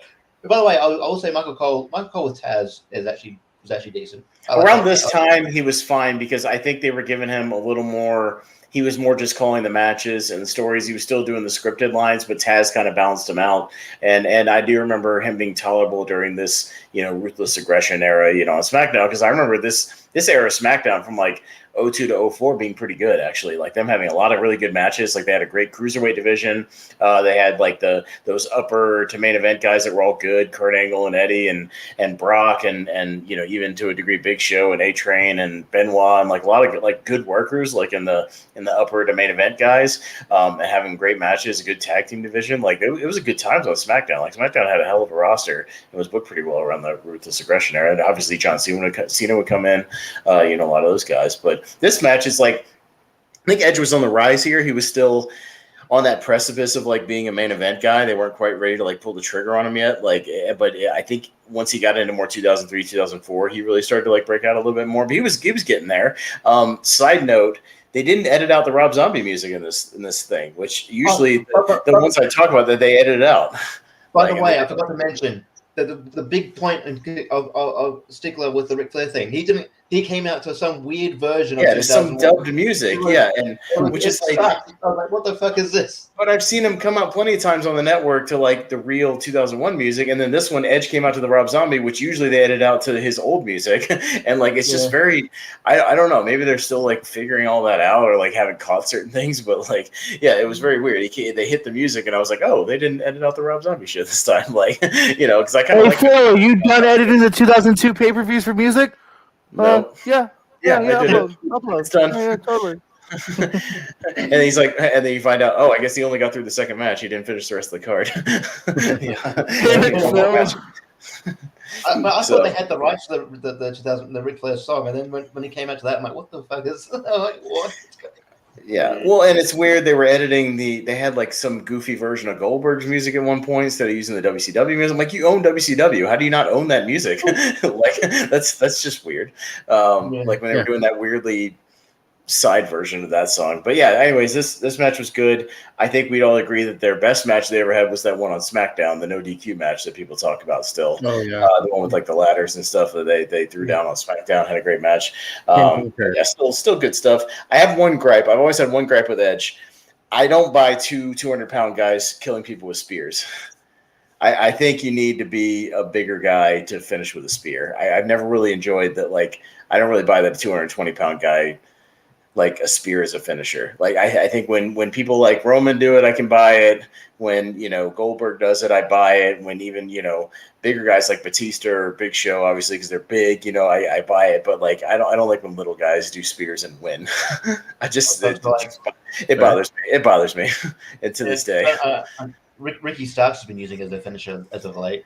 I don't buy that. I don't buy that at all. Little guys doing spears. If Edge, we would use the execution, the DDT. I buy that. That's cool. It's a cool DDT. Whatever. That works. But the spear thing, that bugs me unless you're a big guy. Just personally. What about Rhino? Rhino, but he's a small, but he's like a 280-pound, like he's a bulky dude. Like I could buy him, and the way he fucking hits it, like I buy it. Like it's just so safe. Like Rhino looks like he would just throw his ass into you, and then you like just had to sell it, or you'd be screwed. So like he would just kill a guy. I buy that more because he's a stocky, big guy, but he's just a chunky like big dude. I buy it with Rhino. Yeah. Mm-hmm. Just a side gripe. It's always had a weird thing with Edge. He should just use the execution. I like that move. Yeah. And speaking of Edge, we'll move on to his former tag team partner, because up next was the Un-Americans, Christian and Lance Storm, the defending tag team champions, taking on Booker T and Goldust. And the Un-Americans getting the win in, again, just under 10 minutes. This one clocking in at 9:37. And I thought this was just a really solid tag team match between four really good workers. Nothing particularly memorable in my opinion, but nothing absolutely egregious that I'm like, I don't know why they did that. It was heels trying to cheat to win, and it was your basic tag team match that delivered what I think it was trying to deliver. Richie, were you rooting for the Un-Americans? Yeah. Even though it should have just been called the Canadians. Yes, because I was going to say, the Canadians. It's just Lance, at this point, it's just Lance Storm, Christian, and Test who are all Canadian. It should have just been the Canadians. William Regal joins later, right? Later, but he's not right now. It's like, I mean, I guess it's the early version of what was the faction that Cesaro and Sheamus had and all those guys for a little while? The League of Nations. Yeah, the League of Nations. This is like, I guess, almost like a prototype of that. But yeah, they should have gone all out. Get like a guy from Japan, get a guy from Australia, get a French guy. They eventually get Rob Conway, Grenier, a lot of just thoughts. They should have just folded to that. Like have this big giant world faction. Like that would have been all right. I've been down with that. You had you could see signs in the crowd of people with the Canadian flag and a cross through it. I'm like Canada. I'm sure Edge and Edge maybe he doesn't agree with these guys. Oh, he's Canadian. That's not fair. But anyway, this match, Booker T is so over. This match, he's so over. Dude, so over. So over. This crowd was going nuts for this match, and it was just a tag team match. But that just shows, I think the workmanship of Booker T and Goldust, Dustin Rhodes, just really good veteran workers who, know how to work a crowd. They know how to work those. I mean, they're very cliche spots of the ref misses the tag, so Booker T goes to get in, and it's no, you got to get back out, whatever. But they know how to work it to where they work this crowd into a frenzy, dude. By the time they got to the finishing back and forth sequences, this crowd was again jumping up and down, going crazy for this shit. You know what I mean? It was just very simple stuff, but just done very, very well. And I know, I know he's not really playing heel babyface, but I did find that.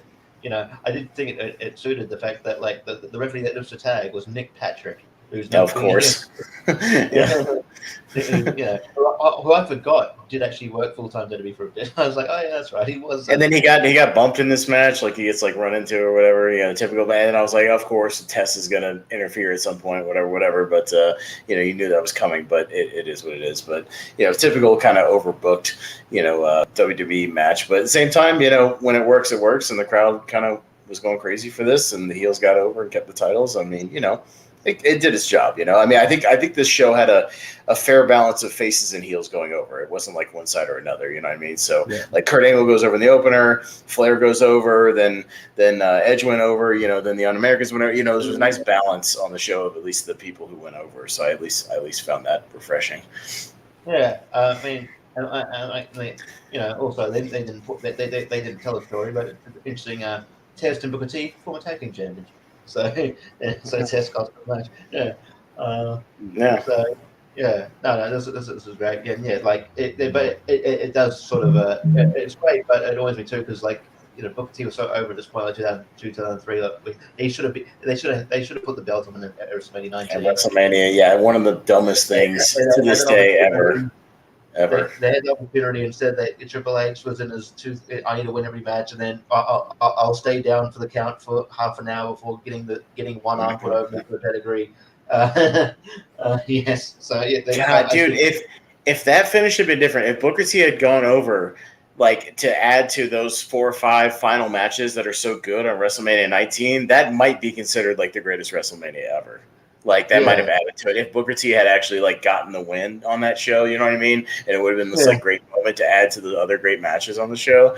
Like it'd be up there as one of the best WrestleManias. I mean, it already kind of is because the quality one, but that just would have put the icing on the cake. You know what I mean? Like definitely. Yeah, but I feel like people do look to that match like on that card as a blemish because of the finish. Mm-hmm. Yeah, it's really bad. I look at the finish as a blemish, not the match as a whole. I think it's really solid up until the finish. That finish should have been Booker T hitting the Harlem Hangover and getting the win because it was awesome.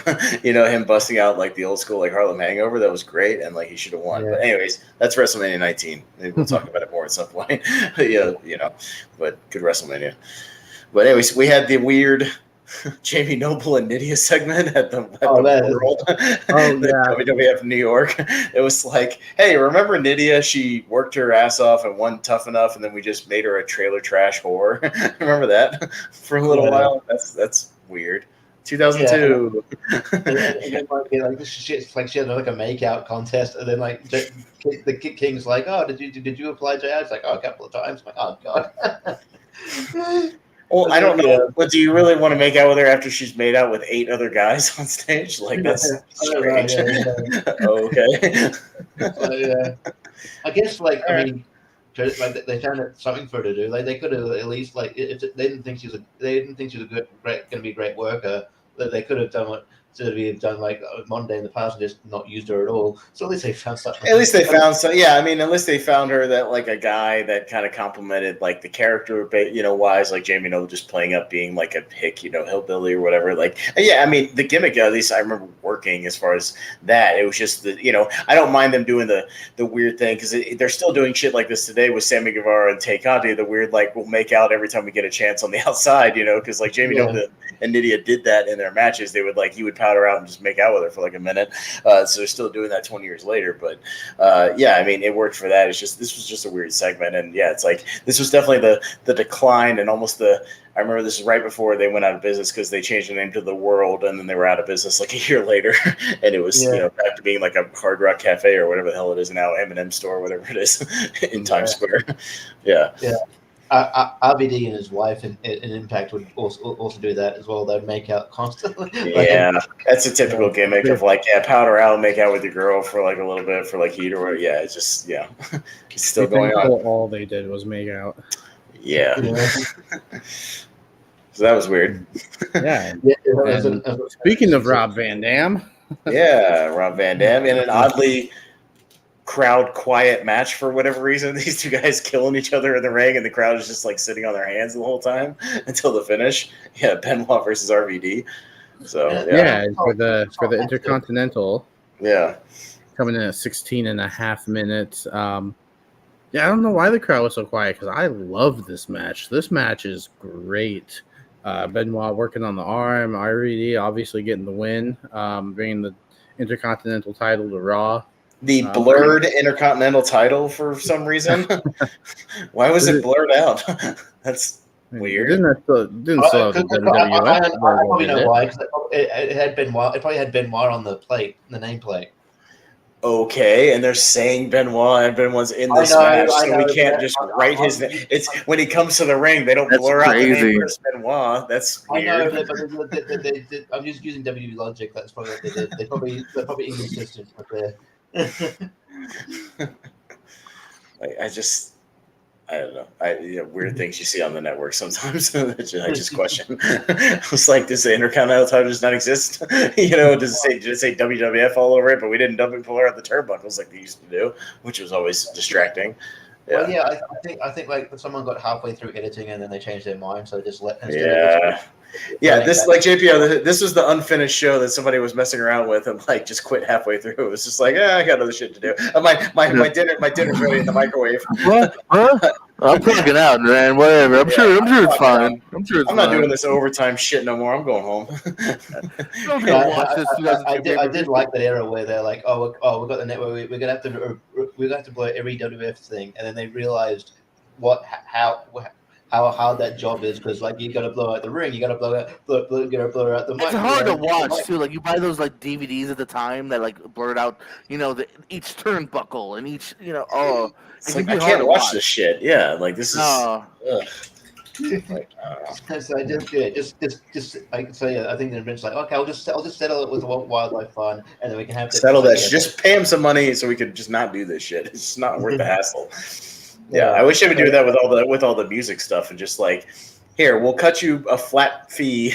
Just let us on this network use these songs. You know what I mean? Like whatever, just for these entrance themes. Like just let us use those. I mean, I understand the old ECW footage is hard to do because there's a lot of popular music Paul Heyman didn't give a shit about, editing out off his shows. But as far as at least the stuff you can control, the Federation stuff, like you could do something about that. But yeah, this match was good. It was just the crowd was just dead. It was odd. Yeah, I thought it's interesting. I don't know if it's happened before, but like at one point in the match, Rob Van Dam's ponytail comes undone, so you see like full on like the hair in the face of Rob Van Dam for a while. It's kind of it's like it's kind of fun. I think I love Rob Van Dam, but I think he does get carried away with his kicks, and sometimes so like you do see people with busted lips and stuff, and you saw that with Benoit. He had a busted an air kick right to the face and his busted lip. Yeah. But this match is solid, and the story of like trying to get the triple crossface in. I think, and then IBD tried to get a crossface in. It didn't look that great, but at least he got it. But and then the 5-star at the end, which is honestly, if we did like a tier ranker of like best finishing moves, I think 5 stars Frog's Face got to be up there, right? Like that. Yeah, Frog's Face, thing of beauty. I always appreciated when he would turn, midair, like and face another direction. Like that's a hell of a talent, man. Like you got to be to still hit it perfectly was always cool. So, I'm just gonna go to the nearest turnbuckle. I don't care. Whichever one's the nearest one, and I'll turn in midair, wherever direction you're facing. If you're straight out in front of me, like literally vertically, like in front of me, I'll just turn sideways as I'm jumping. It's like, God damn, son. Like, it always looks great. It always got to pop out of the crowd. That was like those, the last couple of 2 minutes. They finally started popping for some stuff when they started hitting, finishers and things. But yeah, I mean, I think these guys worked their asses off. It's just I wish the crowd was a little more into it. I think he must lose the title between now and the next pay-per-view because he does face Triple H between the pay-per-views gets awarded the World Heavyweight title, and the first challenger is Rob Van Dam at Unforgiven. So I think between Raw, I think it's a short reign between Raws. Like maybe Benoit wants it back. I don't know. I can't remember who. You could probably work out who it is, but yeah, I think he does. It's a short reign. Yeah, I'll look that up as we keep talking and see the Intercontinental title history. Who else was around that time? Booker T had it around the time for a little bit, maybe even Goldust for a little bit. Like, I know they're in the middle of their tag team runs, but I seem to remember one of them holding it for a minute, and then I don't know, maybe. Oh, they actually isn't this a time period where they kill the IC title for a little while? Oh, they did. No, it's right before because that doesn't. I said around, he loses it. No, because Orton had it in 2003 when he was starting to do the Legend Killer shit. Yeah, that was after they bring it back. It's back in May of 2003. They did kill it. I think the last person to hold it before it got defunct was Kane. Or technically Triple H. So I don't know if Kane beats RVD, but yeah. No, Chris Jericho does on a. So Jericho beats RVD, and then Kane beats him, and then Triple H takes it and at No Mercy, and then they unify it. They unify it. With October to May. Yeah, and then Christian brings it back in 2003. Then Christian, then Booker T. Yeah, he wins the Battle Royal. Yeah, Christian, Booker T, Christian, RVD, Jericho, they all kind of traded for a while, and then May it's dead, and then Orton holds it for a while. Yeah, so there you go. Yeah. Okay. Well, because I remember they were taking it back to Raw because SmackDown was about to introduce the U.S. title again, like at some point, like pretty soon. So they're gonna have their title. I think another No Mercy actually. That's what. I don't think they introduced it to like a few. I think the first champion's Eddie Guerrero, but I think that doesn't happen until 2003. It's like which is not that far from when the IC. Yeah, the IC's back in May, and then in October they have the US. Yeah. Yeah. But solid match. Really, really solid. Yeah.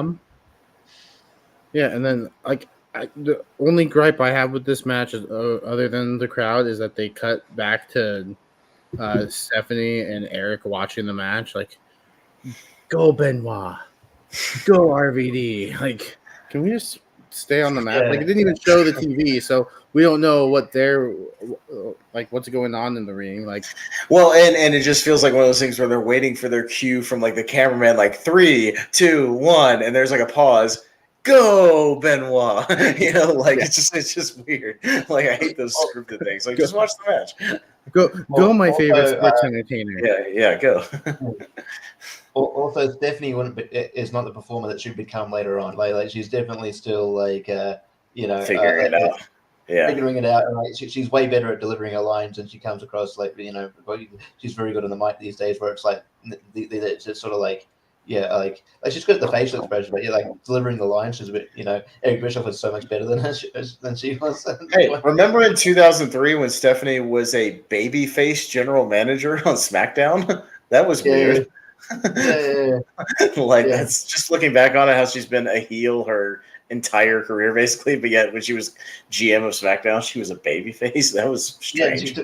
At one point, she took on Vince in an I Quit match. Yeah. It was actually quite brutal if you watch it. It's like, it's very bloody because they kick the chair in his face with the corners and like bust him open the hard way. It's very strange. And then they finally got back to business when they put Paul Heyman as like the GM or whatever. But it's like back to like a heel GM. But weird times. Yeah. And I also thought it was funny earlier in the show when she's talking to whoever that is, some worker. You go tell Eric that blah blah blah. Like, she walks in and Eric's right there. What happened to that guy in the room that says general manager on it? Do you think? Have you looked in there yet? Like, legend has it that guy's still looking for Eric. Yeah, I want to cut back to that guy, like looking in all the bathrooms around all the arenas, like looking at the concession stand, looking at all the cars in the parking lot, trying to find Eric Bischoff. Gets to the end of the show and he's still looking for him. Like, that would have been a nice running gag. And the whole time he's just sitting with Stephanie in the general manager's office. I thought it would have been hilarious if, like, right before the main event, like he just peeks into the door and Miss McMahon, I can't find. Mr. Bischoff. And then just says whatever. Stephanie says you're going to rule. SmackDown's going to rule tonight. The show's over. Brock just won the title. What do you mean RVD won and is taking the title to Raw? Never mind.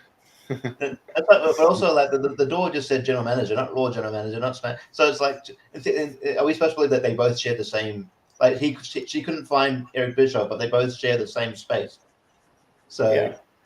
I don't understand. It just said it didn't say Raw general manager. It just said general manager. So are they supposed to be in the same room? But she couldn't find him. It was weird. Well, you see, Richie, because it was a co-pay-per-view, so they don't need separate offices. See, it should just be, they're just going to share the same office, and all the people are going to come with their gripes and complaints to the one place because it's a co-branded pay-per-view. Why is Stephanie looking for Eric Bischoff? Just go to the room you're assigned to. Well, maybe it was her first co-pay-per-view. And she didn't know how the procedures worked yet. I mean, Eric Bischoff knows where to go because he's been manager for a little while. But, I don't remember when Stephanie became manager or what happened on SmackDown before then. But, yeah, I think it was pretty recent. Yeah. And then Stephanie is in the office with Vince McMahon getting ready to watch her ex-lover of Test take on The Undertaker. Yeah. In just a normal singles match, The Undertaker getting the win here over Test in just over 8 minutes. I think this is the shortest match of the night. But I kind of wish they were given a little bit more time. Maybe the match would have been a little better than it was. I'm not saying it's a bad match, but I feel like it's the weakest of the card, which isn't knocking the match at all because this entire card, like we said, top to bottom, is just really solid. Again, nothing too memorable. The Un-Americans, Christian and Lance Storm run in. Undertaker disposes of them pretty quick. Way to make your tag team champions look weak.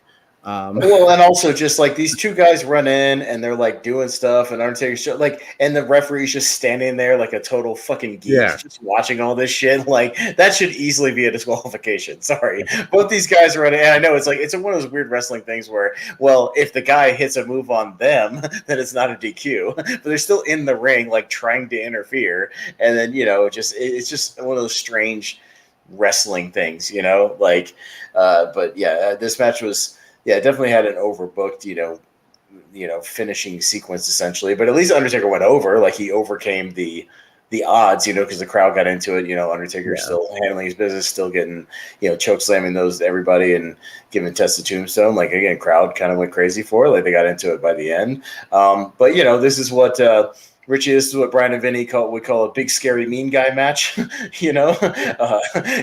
big Haas fight. But yeah, it was all right. I mean, I thought it was fine for what it was. Yeah. It just wasn't, beyond like a Raw match. This is like a Raw match in the pay-per-view, which was, again, Undertaker and Test. Like I think Test is an underrated worker. So I think they actually have some good sequences, especially near the end where Test goes for the pump handle, like Undertaker spins out, tries to go for the choke slam, pushes him off, goes for the big boot. Undertaker ducks the big boot, goes for the tombstone. He slides out, go for they actually had some good, quick little sequences that I thought were pretty good for two big dudes.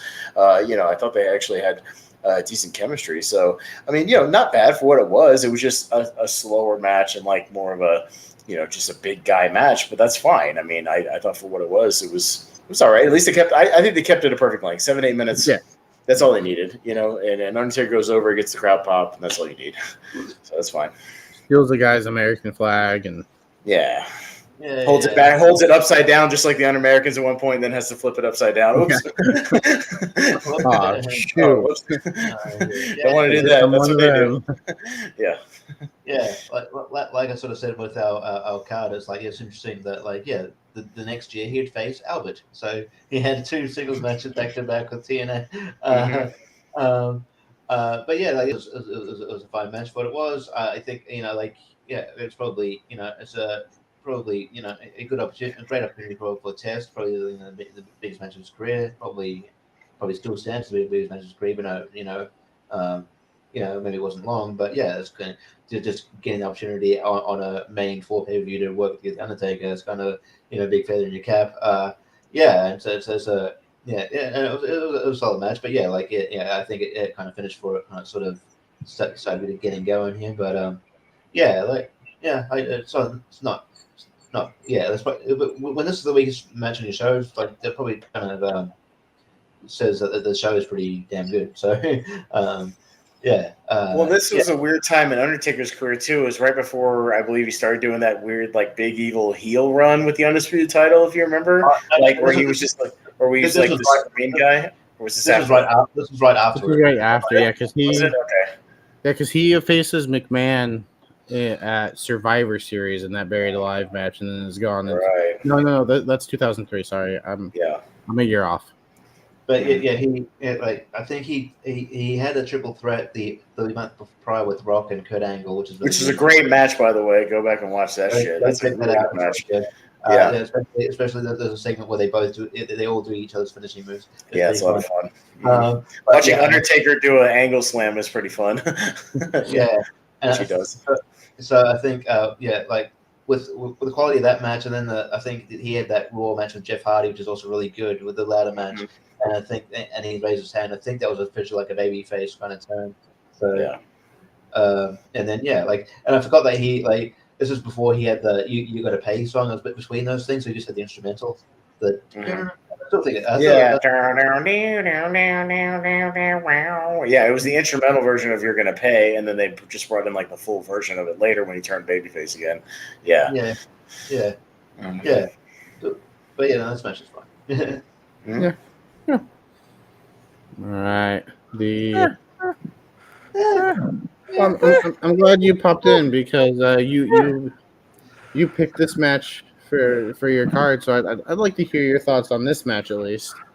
Shawn Michaels. The match that didn't happen. It's unsanctioned. It never happened. It's not on the books. I've only wrestling.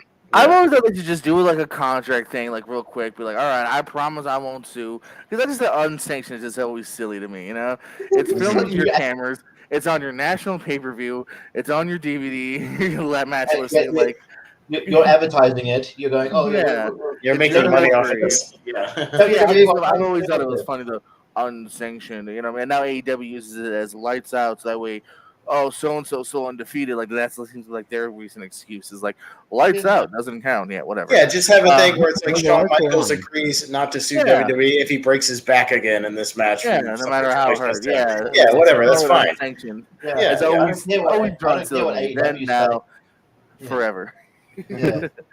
But no, I mean, I don't care what AEW say. Orange Cassidy beat Adam Cole. That should count. You fucking. No, he that's didn't. what I mean. Yeah, he beat him. Like, it's a no DQ match. It wasn't any more violent than any kind of other match. Like, why are you trying to paint it a different color? Stop it.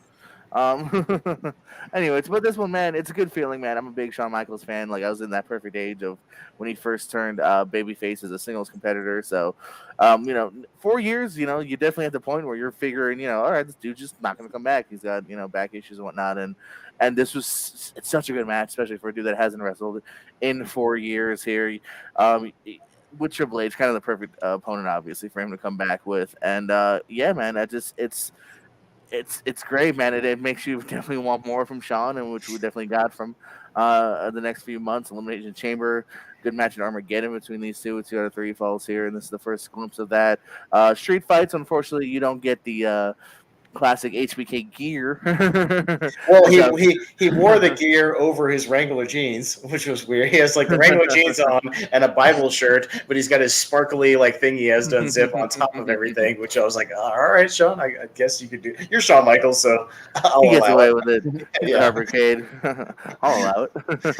So yeah, just man. I mean, great match here, man. Something that's worth checking out. Like I said, the whole show is worth kind of going on your way for it to a degree, and this is part of it.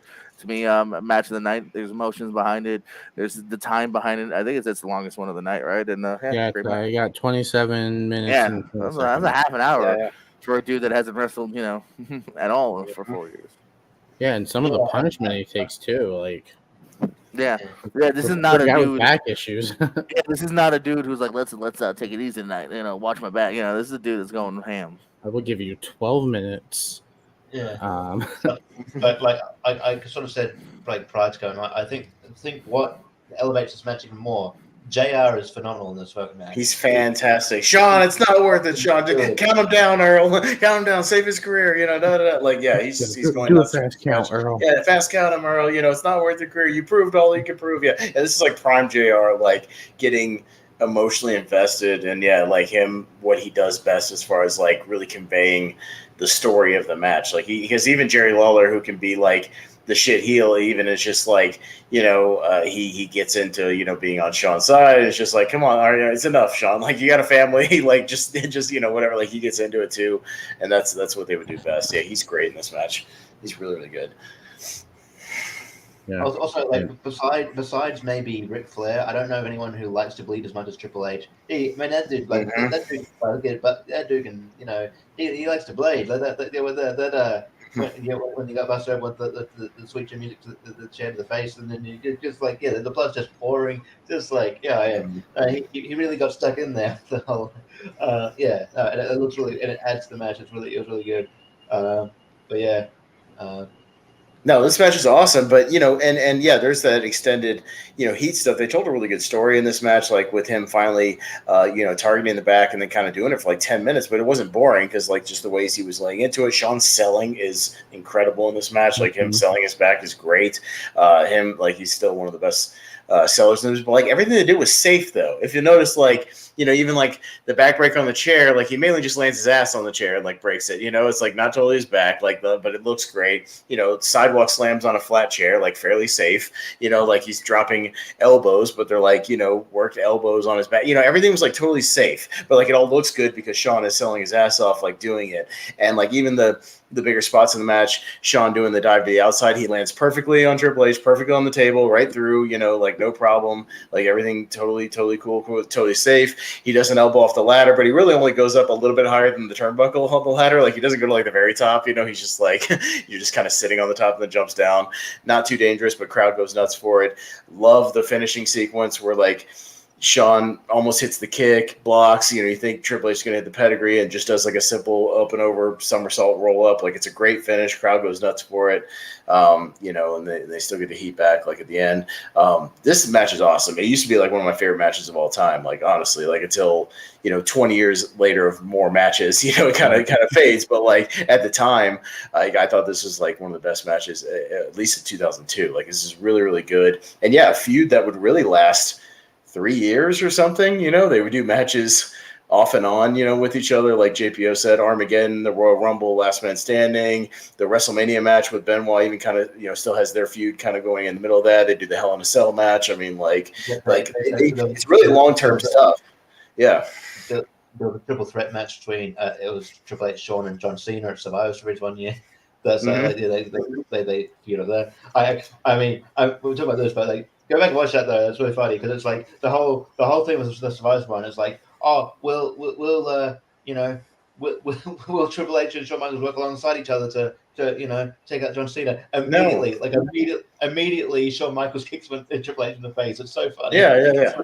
Well, they kept it going even when people forget that Shawn won the world title at the Survivor Series 02 in the first Elimination Chamber, and he super kicks Triple H to win the title. So like they even kept it going with that, where like they're in the same chamber together, and he beats him for that very, very brief run. But with the world title. But yeah, I think I've said this before on one of the podcasts. I like this run of Shawn Michaels from like 02 to like 08, 09, whatever, better than his original run. I think he had some just absolute over-the-top classics during this run, and I think it's even better than his original, 92 to 98, whatever, like kind of main event WWF run. Like, I think he works smarter. His psychology is on point. He knows when to hit the big spots and when to kind of tune it back a little bit.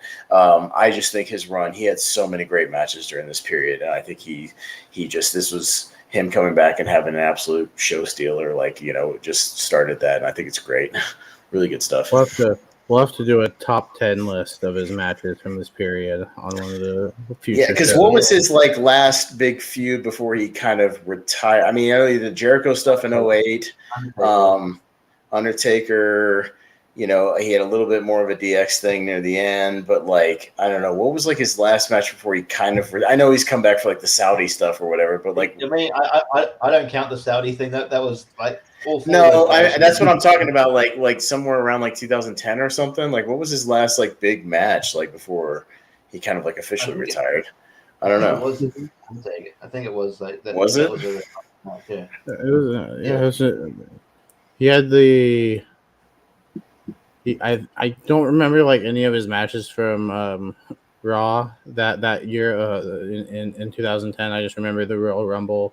I remember him interfering in the Elimination Chamber and then the Undertaker WrestleMania 26. I'm scrolling through his Wikipedia, but it's so long. I gotta find where the hell it ends, basically. So various feuds. Yeah, I know he had his Jericho feud in 08 was really good. That's another long-term thing where they basically had a feud that lasted 6 years, 5-6 years. Yeah, that was great, long-term kind of in and out. 03 match, and then they're still having bangers in 08. Yeah, and 08 they're having ladder matches that are still good. I'd argue too that's one of the best Jerichos we've gotten. Oh yeah. I think the last one, that weird one with JBL.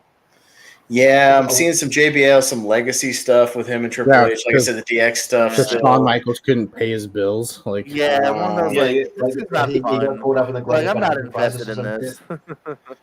Yeah, I think. It's the second. It's looking like the second Undertaker match was really his last thing, and then he kind of trailed off. Other than the occasional appearances and those weird Saudi matches, but other than that, he did the. He was the referee for that Undertaker Triple H Hell in a Cell match, stuff like that. But I guess his second Undertaker WrestleMania match was kind of basically his last match. But other than some because the Saudi stuff didn't happen. Yeah, well, it's a payday. What are you gonna do? They probably gave him 6 figures to work that match, so I probably would too. It was probably a lot of money. Yeah. The Undertaker Triple H one, it's also like when he's refereeing, he's involved in one of the best like near falls of all time. Where Shawn Michaels kicks him and then Triple H pedigrees him, and then the like, oh, this is it, and then right last second the crowd goes nuts. Go check that back out. Yeah. I don't know exactly what era ended that night because both the Undertaker and Triple H continued to wrestle, and Shawn Michaels continued to make appearances and referee, because he refereed Orton and Daniel Bryan in Hell in a Cell, I believe, in 2013. Yeah, made more appearances, but. That was around the time too, because I think like Brian got physical with like Shawn Michaels. Like, oh, they're gonna build towards a match. I'm like, I don't know, that would be cool, but yeah. Student versus the future. Yeah. All right. Yeah, so we move into our main event of the evening. Wait a minute. Are you going to skip over the weird I was thinking, alluding to, with the thing I had no memory of heel Howard Finkel harassing women? I was trying to. we can't just gloss over that. Calling the women Rhode Island skanks. Dude, is this? There's moments, and Brian Alvarez talks about this, of like Mandela. Do I just not remember this? Did I blank this out of my head? Like, I do not remember heel Howard Finkel healing on women. I don't remember this at all from this period. But it basically just leads to Lillian Garcia coming back from whatever she was coming back from. I don't remember that either. Like, I guess I don't know. Like, what the hell was this? Yeah, Trish Stratus is still in like, well, yeah, she'd been the women's champion at this point, but they're still like, oh, like, like we don't know, like she's still like the ditzy sort of, I don't know, like she's coming out to that weird like raunchy theme before she had that little Kim song, and then there's this like acting all flirty, and then the combination is just Lillian Garcia kicking in the balls. Like, okay, and it's just a weird placement to do that. Yeah, it's like, look, well, after this phenomenal match, we'll do this segment. Yeah, I feel like, you didn't need this. You could have just done the long, you could have just done the other video package for Rock and Brock, if you needed to, have the gap, that's fine. I don't mind the two video packages before the two main events, essentially, because one, they're both big buildups. You got the HBK, Triple H stuff, which is, going back to these shows, I don't mind those videos to kind of be like, oh yeah, I remember this feud, that and that, all that stuff, and Rock versus Brock, recapping, Brock's ascension basically, through the King of the Ring, through, just killing everybody, and then Rock, obviously passing the torch in this match because he's got to go off and make the rundown, so there you go, and start really kicking off his Hollywood stuff after the Scorpion King comes out.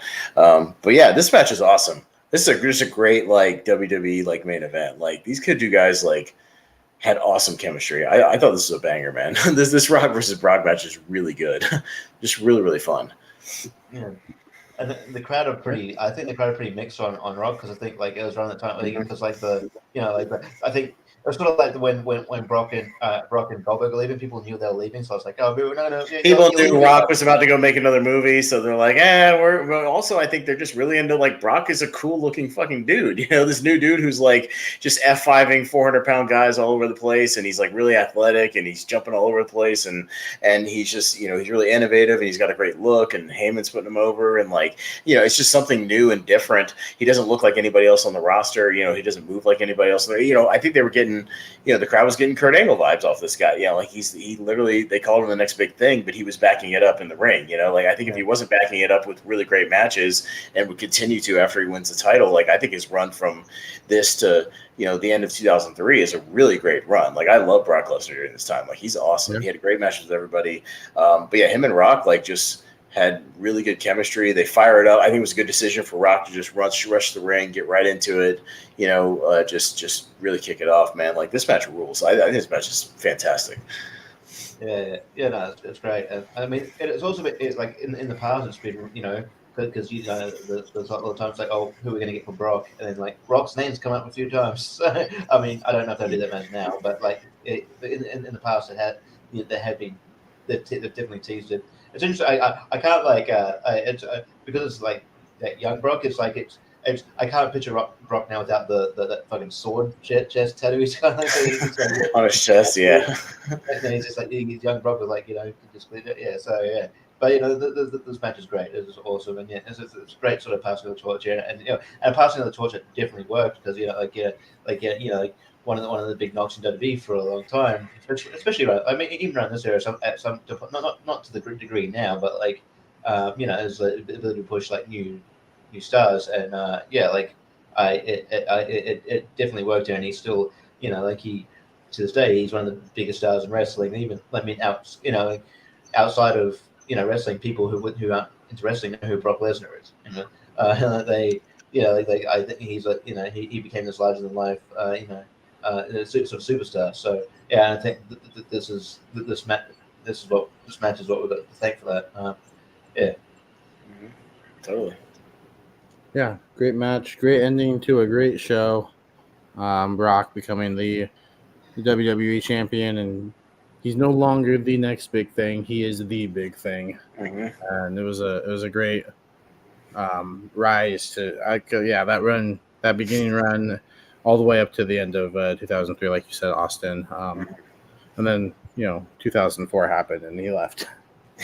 Well, and it's amazing though, how much people, when he came back, I mean, he still had this aura about him from literally just a 2-year run in wrestling. Yeah. Which is kind of hard to believe. Literally just almost exactly 2 years from when he debuted, essentially, and what he did in that 2 years and the legacy he cemented, that just shows how great his actual run was and how many really good matches he had around that time. Because he would go over to SmackDown and have obviously great matches with Kurt Angle. He'd have great matches with Benoit. He'd have great matches with Mysterio, with whoever. Even the Zach Gowen stuff, as kind of silly as it was, he sold it, made it work. He would make almost even his stuff with Big Show, there was some weird stuff, but everybody remembers the suplex and breaking the ring spot. That was awesome at the time. It was great. I remember Taz going, "Holy shit!" Yeah, holy shit! What the hell? It was a great spot, and it worked, and you could buy it.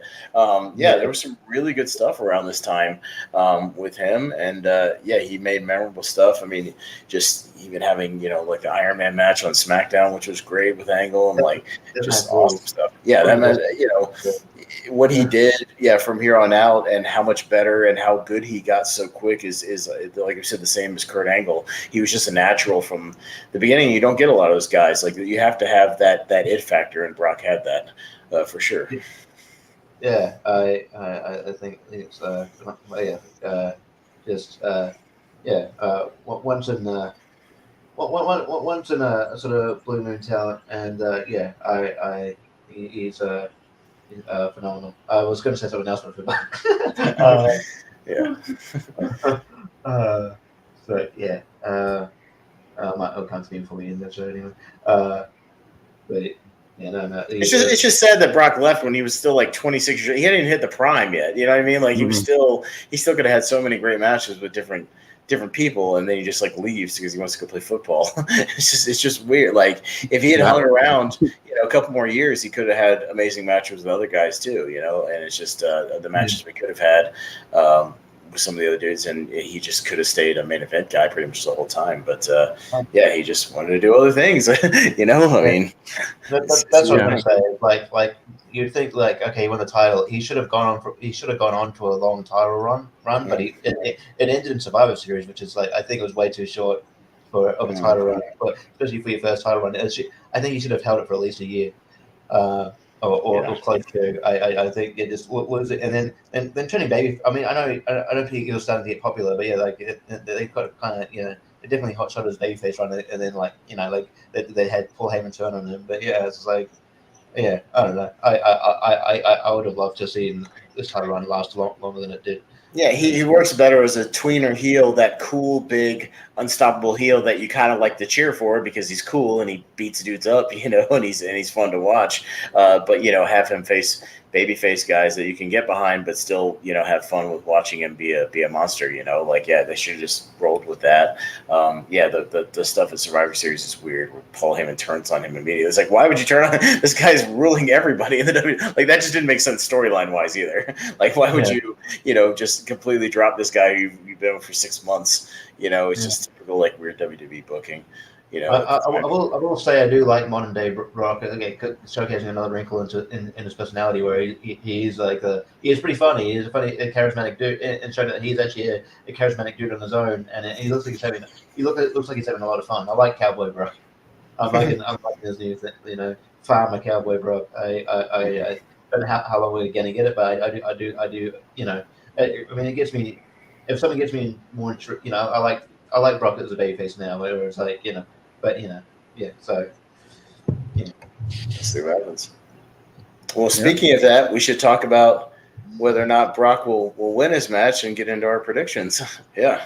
Yeah, we'll see if 2022 can be as good as 2002. We'll see. Looking at the card, no, I don't think so. I don't have my hopes up, but maybe they'll surprise everybody. I don't know. Nah. Yeah. So I'll run down the card and we can give our thoughts. There's eight matches listed here on the Wikipedia page. Maybe a ninth match happens with Rollins, but since there's no opponent announced, we don't have to predict that one because we'll may or may not happen. Much like the Forbidden Door thing, we'll watch the pre-show, and if they announce some random match like the Lance Archer thing was on that pre-show, I'd be like, hey, real quick, everybody, they just announced so and so has been added to the card. Who you got? We'll just do it. Rollins is gonna face so and so. I don't know. I can see it not happening to the show itself, though, quite possibly. Yeah.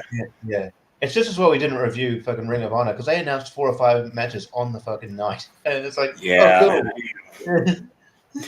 Yeah. Well, but the first match they have listed is Logan Paul versus The Miz. Jordan, who do you have in this one? This one I could actually see going either way because I do wonder if this is going to lead to something more. I'll go with Logan Paul for this. I'm going to go with the celeb getting the victory here. I could still see technically a rematch happening if that's the way they're going to go, or moving on to something else. So I'll go Logan on this one, but also based on some of my logic for later. Okay. Austin, who do you have? You mean my new favorite wrestler, Logan Paul? Yeah, it's who was the second best worker in that WrestleMania match.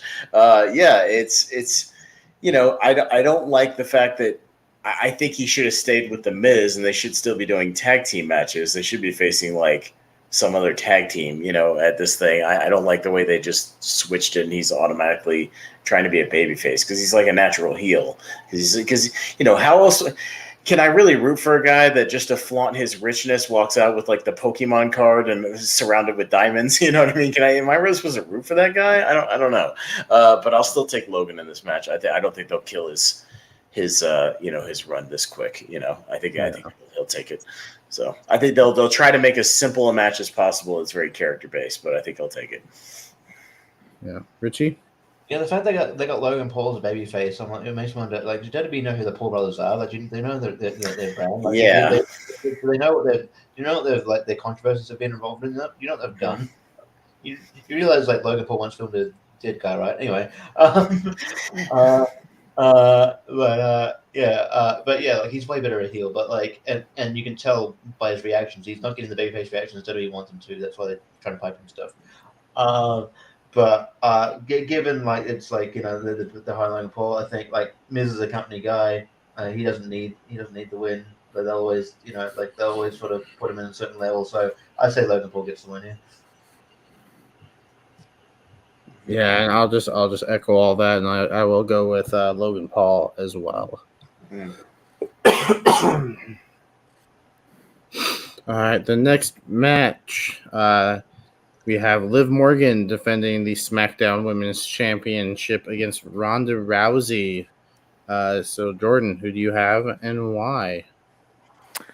I'm just going by heart here. I hope Liv can kind of live the night and somehow, whether it's a roll up or tomfoolery via outside interference, a distraction, I'm gonna go Liv Morgan. I definitely want to see that run continue here. They've been building up. Will she get a title? Will she get a title? Will she get a title? She's got the title. It's our first big defense here, so let's do it here. This the opposite happened last year with Nikki ASH. She finally got a title with the cash in and lost it at SummerSlam, and fell right down. So I could definitely be wrong, and she could definitely go the Nikki territory here. But I'm hoping it's the opposite of that, and they actually build someone new who's had a decent build so far. So I'm gonna say Liv Morgan. Austin.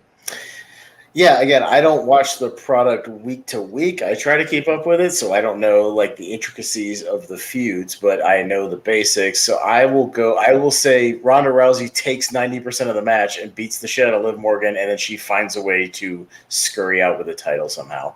So I will take Liv via count out or shenanigans or something to where she saves herself. But Ronda Rousey kills her the whole match, if that makes sense. Yeah. I'm with that. Mm-hmm. Richie? Yeah, see, if Vince is still in charge, I had no faith. I would just be like, okay, they're just going to have Ronda. They'll put it back on Ronda. Yeah, no, he's not there anymore, so I don't know. Yeah, they'd have it back. They put it back on Ronda, and then like like John saying, like little dip around go dip down the card because I think I mean, don't you like to do these like cool moments, but they're just moments and they don't follow up on it. Like, oh, you had your cool moment with Kofi Kingston, you had your cool moment with but things that but they don't go. Oh, but wait, we should now continuously push this person as a star. Like your Big E, like your Kofi. But so that's if Vince is still in charge, I think that's exactly what happened because they love Ronda so much that they did a Evolution pay-per-view based on her marketing field. They didn't do it based on we really like women now. It's like no, the main event was Ronda and Nikki, two people that mainstream appeal outside of wrestling. So, but anyway, I think but because there's different people in charge now, I do think it probably goes away like Austin was saying where I think Ronda takes most of the match, but then she slips up somehow and then gets pinned, and then that might be the impetus of Ronda turning heel because I think she's a better heel. Because again, maybe not to the extent of the Paul brothers, but I think sometimes she doesn't come across that likable. I think she's more of a heel, so I think she should be a heel. So I think the feud doesn't end here, but I think Liv Morgan gets good on Ronda. Yeah. Yeah, I'm gonna go with my heart as well and go with Liv. I think she deserves to keep the reign going.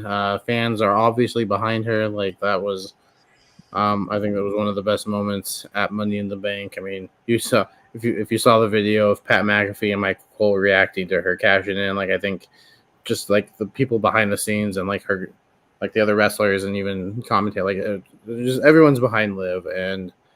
I hope it continues. So, hard over because I could see Ronda winning, and I wouldn't be surprised at all. But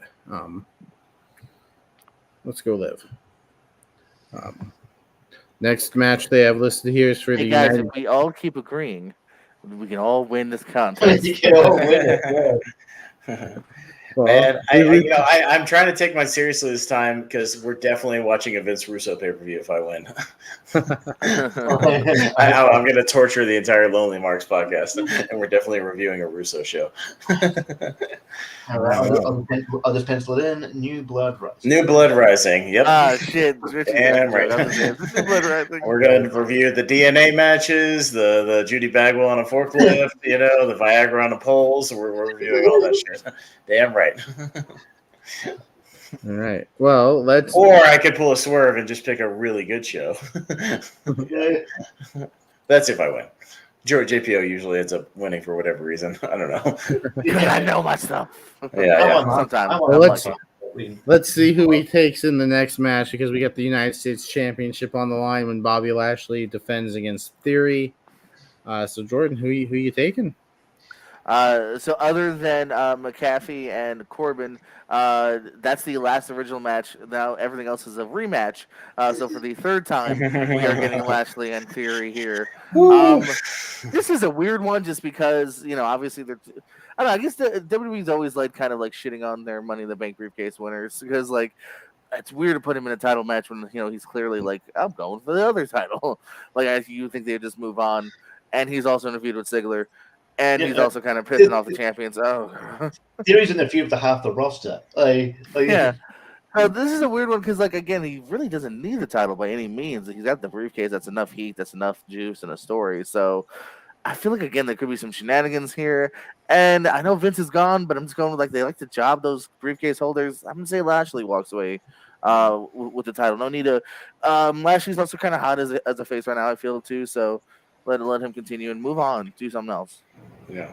Yeah, awesome. It could be a count out. It could be a DQ, but I'd say Lashley. I'm gonna make a prediction now. This will not be Austin Theory's night in two ways. I'll get to the second one later. But I think for this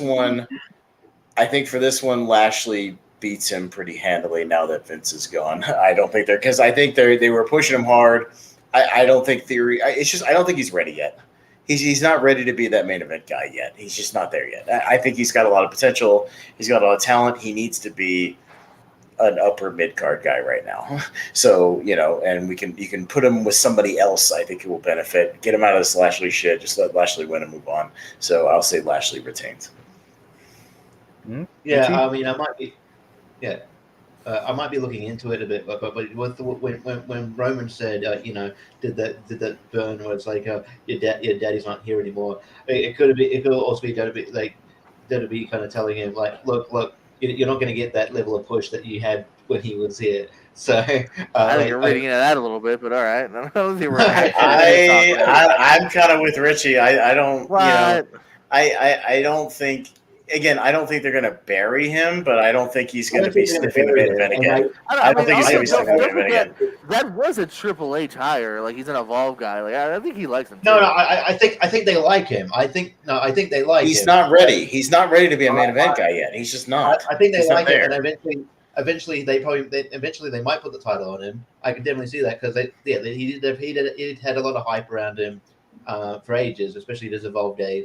In Evolve days, there's like a picture of like Paul Heyman even saying that he's he's one of the future stars, and I believe with the right booking he could be. I just don't. I think I don't know. I just don't think maybe it's his time, and maybe the company feels different, but I don't. I feel like that. Again, you could be me reading into it, but I just feel like that it's like that they're not. I don't think they're ready to be pushing up to that upper level. So with that, and Lashley is really over. I'm actually, because of how over he is, I'm surprised that he hasn't had a feud with Roman Reigns. I thought maybe he would be in that position at one point, but he's not. Obviously. Well, you don't want to kill the momentum either, just by doing that again. I know, but WWE does that, so I thought There's a difference between a guy like we just talked about, like Brock or Orton or one of these guys where they push him, but he backs up the hype and the crowd is ready to accept him when he hits that next level. When Brock takes the title, when even Orton, as much as they kind of hot-shotted Orton beating Benoit at that one SummerSlam, and getting the title, and he probably wasn't quite ready, but at least he had star power, the crowd was with him.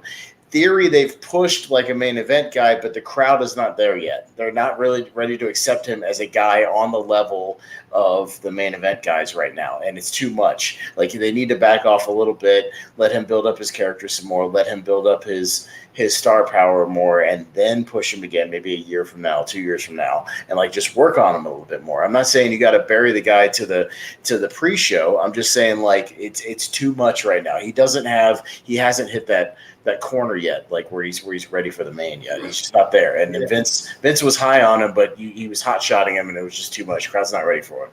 And I just feel like the booze he's getting and the Theory sucks aren't just aren't like a kind of an example of they're really liking his heel work. It's an example. I think it's sort of an example of you're getting pushed out. It's an example of X-Pac heat to me.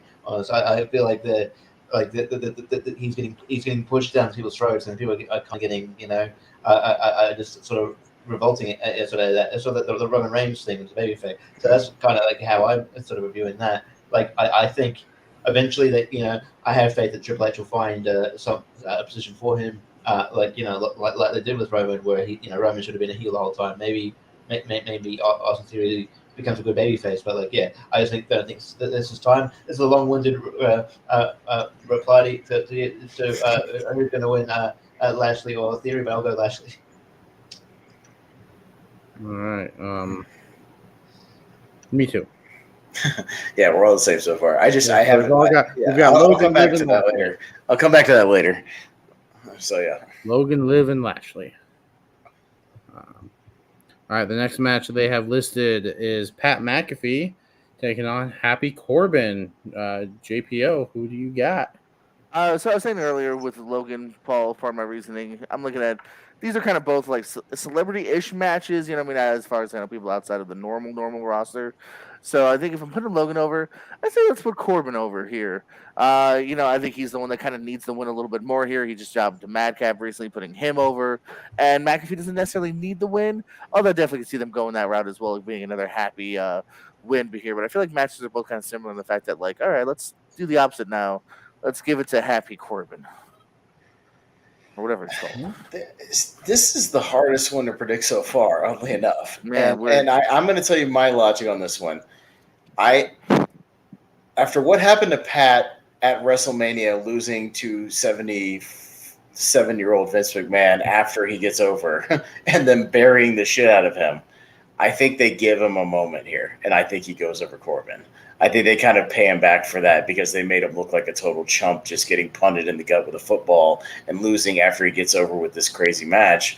And then I think Corbin will be fine because the crowd's still like whatever on Corbin anyways. Like it's whatever. I think they'll give McAfee the actual feel-good moment in this one. So I'm going to go Pat. All right. Yeah. I'm actually intrigued by this match just because, I think the reason they paired together is because, these two guys sort of came up with in NFL together. They were on the same team at one point. They were roommates, so there's a cool story together. And it was kind of it's kind of cool how obviously this feud started after Money in the Bank for the crowd, and then Pat McAfee had a neck brace on, which he wore when they went down the road to UFC, which was down the road to the pay-per-view. So I thought that was kind of cool. I actually do think Pat needs to win here because of what happened with Vince. He got the win over Theory. He looked good, but then he was immediately nuded and made it look like an idiot. So I think I think Pat gets a win over here with Corbin. I think I'm going to agree with JPO here. I think Corbin does need the victory. I think Pat McAfee will be fine. I think Pat's over with the crowd, and I think Pat can get revenge on Corbin later on. Maybe Survivor Series or a later show. Maybe toss him a Intercontinental title shot or something like that, and then they can continue this because I think Pat McAfee, I think he is a good worker in the ring. Like he obviously has put the time in training. Like the few matches he's had have all been really good, but I think Corbin is kind of on a slump, and I think he needs a win to pick it back up. And I think beating Pat McAfee is the way to go. So I'm gonna go with Happy Corbin. Tricky part about this one too is another one where this definitely could be the first of more than one match too. You know what I mean? So it really could go either way, and then leading into someone getting their ultimate revenge. This smells like something that could easily be a no DQ match next month. Yeah, I legit don't know what's going to happen in this one. We'll see. No, because the Perez definitely said something I thought about too, which was McAfee really did kind of get the bums in at Mania, so this could be thank you for doing that at Mania match. Hey, we know you had to do that because the boss, but now that he's gone, maybe we'll give you something. But then he got to be stunned. That's the 50-50 wrestling of you did us a favor. You put us over strong. That will make you look good at SummerSlam, kind of thing. That could have even been the plan from the get-go. Yeah, but I mean, come on. He got to drink beer with Stone Cold and get stunned. That's why I think I picked him to lose because I do think he'd be willing to do it. I don't think he'd care if they were like, "Listen, can you also put Corbin over?" I don't think he'd care. Right. Speaking of no DQ matches, the next match is a no disqualification tag team match between the Mysterios and the Judgment Day of Damian Priest and Finn Balor. So Jordan, who you taking? So for the 5th time, we'll get this match now, but it's a no DQ match, so a little bit different here. They even fought on main event. I found that out. They were on main event one week. Oh wow. Anywho, I'm gonna go with Judgment Day on a couple of reasons. One, I still don't totally trust that sneaky snake named Dominic. I do think there's a possibility, whether it's tomorrow or soon, that maybe he attacks Ray, and I can see him ripping off the mask and holding it high and whatnot. Or at the very least, I think Judgment Day, because they are the new big badass stable. We got Ripley back. Let's keep that in mind. They need the win, man. Let's not treat it like Retribution.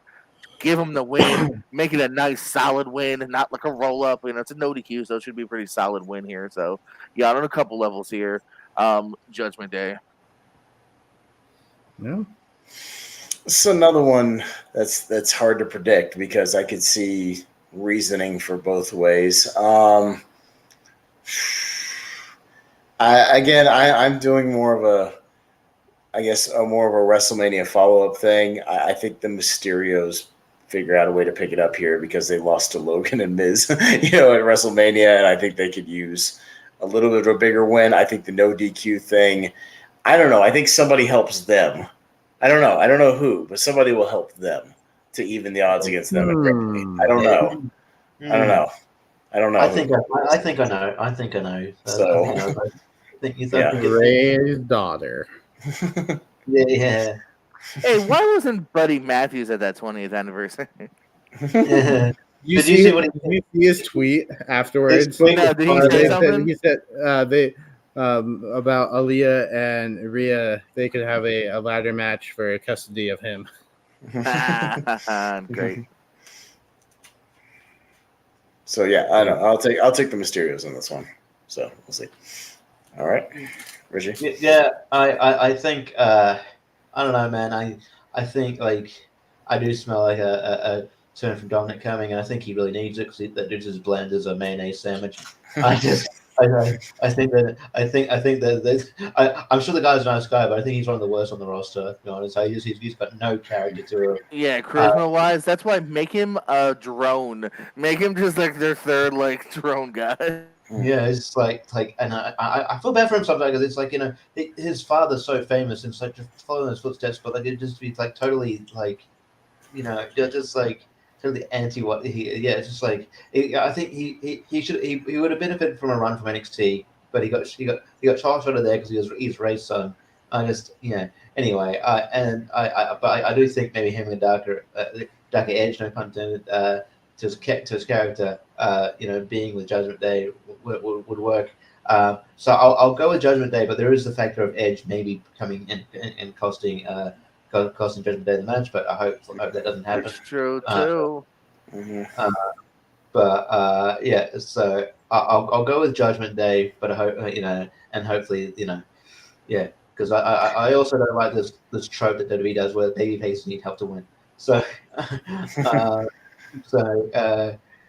but yeah, I'll go Judgment Day. No, it's just always interesting when the baby faces have no friends when they're getting jumped. Some of these baby faces just have no friends to help Why them. does no one like me? Yeah, nobody likes me in the locker room. Why is no one helping me? Ow. I'm getting jumped 4-on-1. Somebody help me, please. There are no faces left? No, nope. Yeah, and I too excuse me. Nope. I too will go with the Judgment Day. I do think Dominic turns. I don't think I could see Edge returning after the match and coming out, or I could see him returning on Raw and helping Ray because those two have a past and they've worked together before and they're friends, so why not call that back? But yeah, no, give Judgment Day the win. They are the new, hot stable, or they're supposed to be. So let's build momentum instead of kill momentum. So I'm gonna go with Judgment Day here. Yeah, let's get some more factions based on WWE past pay-per-view names. Yeah. We got the Backlash, No we got the Mercy Vengeance, we got No the No Mercy. Mercy. Yeah. We Can't wait are for Great Balls of Fire. Fire. Yeah. Hey, We there we go. are. Oh, wait a minute. There was already a wrestler named Roadblock. We are the Roadblock. I can't wait for the We are Wrestling Fastlane. Classic to debut. We are the greatest match of all time. We are Tuesday Night in Texas. We are the horror show. Okay, I think I we did can't enough. wait. We are in your Horror house. Extreme Rules is going to be a great faction. we are December to dismember. Yeah. We only arrive 1 month a year. We are One Night Stand. We're a one-night faction. We are Roadblock End of the Line. Anyways. Although Insurrection would be a sweet name. All right, I'm done. I do feel like that they had like these like trademarks sitting there, like, oh, we got a Judgment Day trademark here. We're not going to use it as pay-per-view. We don't want to. We have no plans to use it as pay-per-view at the end. So we'll just we'll use it as a faction. Ed wants to do a faction. We don't want to spend money on a new trademark. What do we got? Yeah, Judgment Day. That's good. Yeah, that's fine. That's Phil, the guy that did the editing of the music. He's the same guy that comes up. You know? Well, and they couldn't be, the new brood, because new brood. The new brood. Sounds like an energy drink. I want Xavier Woods and Big E and Kofi to be vampires. To be the new day, the new brood day. Yeah. We're the Daywalkers, The new Daywalkers. That's right, actually. The new Daywalkers. All right. Up next, we have another rematch. No, you don't say. This one, I'm looking. You don't have to say that anymore because every match is a rematch. Yeah, no shit. From now, anyway. Now on. Yeah, but this is a rematch I am looking forward to. Well, there's another rematch I'm looking forward to as well. But this one especially because it's a tag team match with Jeff Jarrett as the special guest referee. That was out of nowhere. What? But, odd decision there. I think it's a Nashville thing. I guess the Nashville link. Wow. I wonder if somebody will get hit with a guitar in this fucking match. What a cool weekend for Jarrett. On pay-per-view, and then he's on like a Forbidden Door show the next night. Like all the companies. Yeah. Main eventing. Mm-hmm. But, does Ric Flair come in? Jordan, who you got between the Usos and the Street Profits? Yeah, so like you said, Jacob, it is a rematch. It's actually the 9th time these two teams have fought, and that's directly against one another. That's not including three ways and 6-man that they've been in. That's 9 times that they've had a 2-on-2 match. But there's a reason. Like, they do put together good matches here, so it is kind of one of those things, unfortunately, when you're maybe lacking a little bit of pushing and developing other teams, that it just happens. So, I'm not against it either. I have full faith that it will be a good match. I'm still on the track that I think I wouldn't mind the Street Profits getting another run with it, but I think we're not done here with the Usos. And also, too, very simply put, I don't trust that damn sneaky Jeff Jarrett. I think very much that guitar is coming. He has been a heel his entire run in WWE. Other than that, Rumble return against Elias, he's been a heel the entire time. So yeah, pay the man off. Usos pay him. He smashes Montez or Angela with the guitar. Like, I don't feel like Jarrett's just gonna simply show up and count 1, 2, 3 and go, all right, peace. Like, no, I think he's gonna very much just be a dick in the end, be a heel, and cost the Profits a match. So I'm gonna go with the Usos. Awesome. So, just because it's WWE and things get wacky in WWE, despite what's going on elsewhere in the world, despite the fact that Jeff Jarrett is a heel in the StarCast match, I think it's one of the Usos with a guitar, and the Street Profits get the win.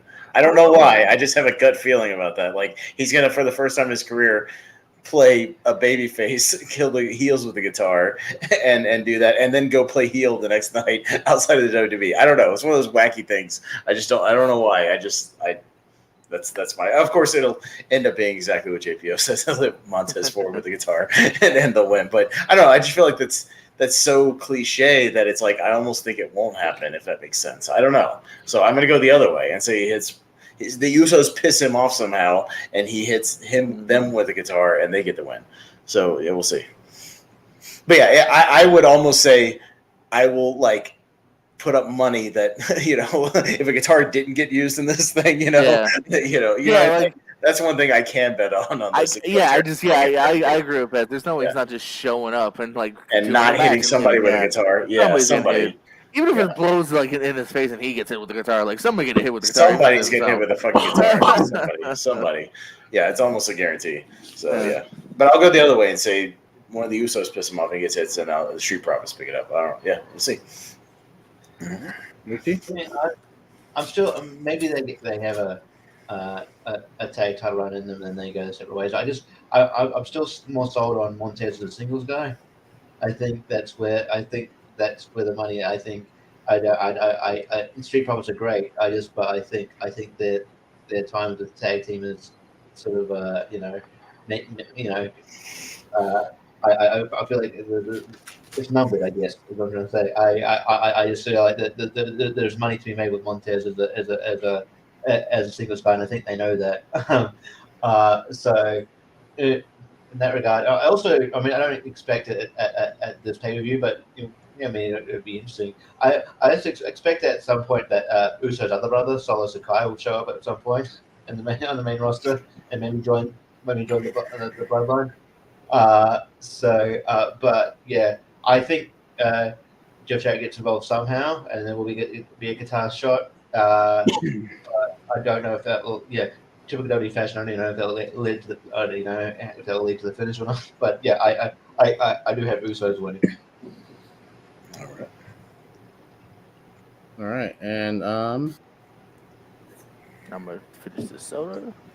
Yeah, because I'm still thinking. Who?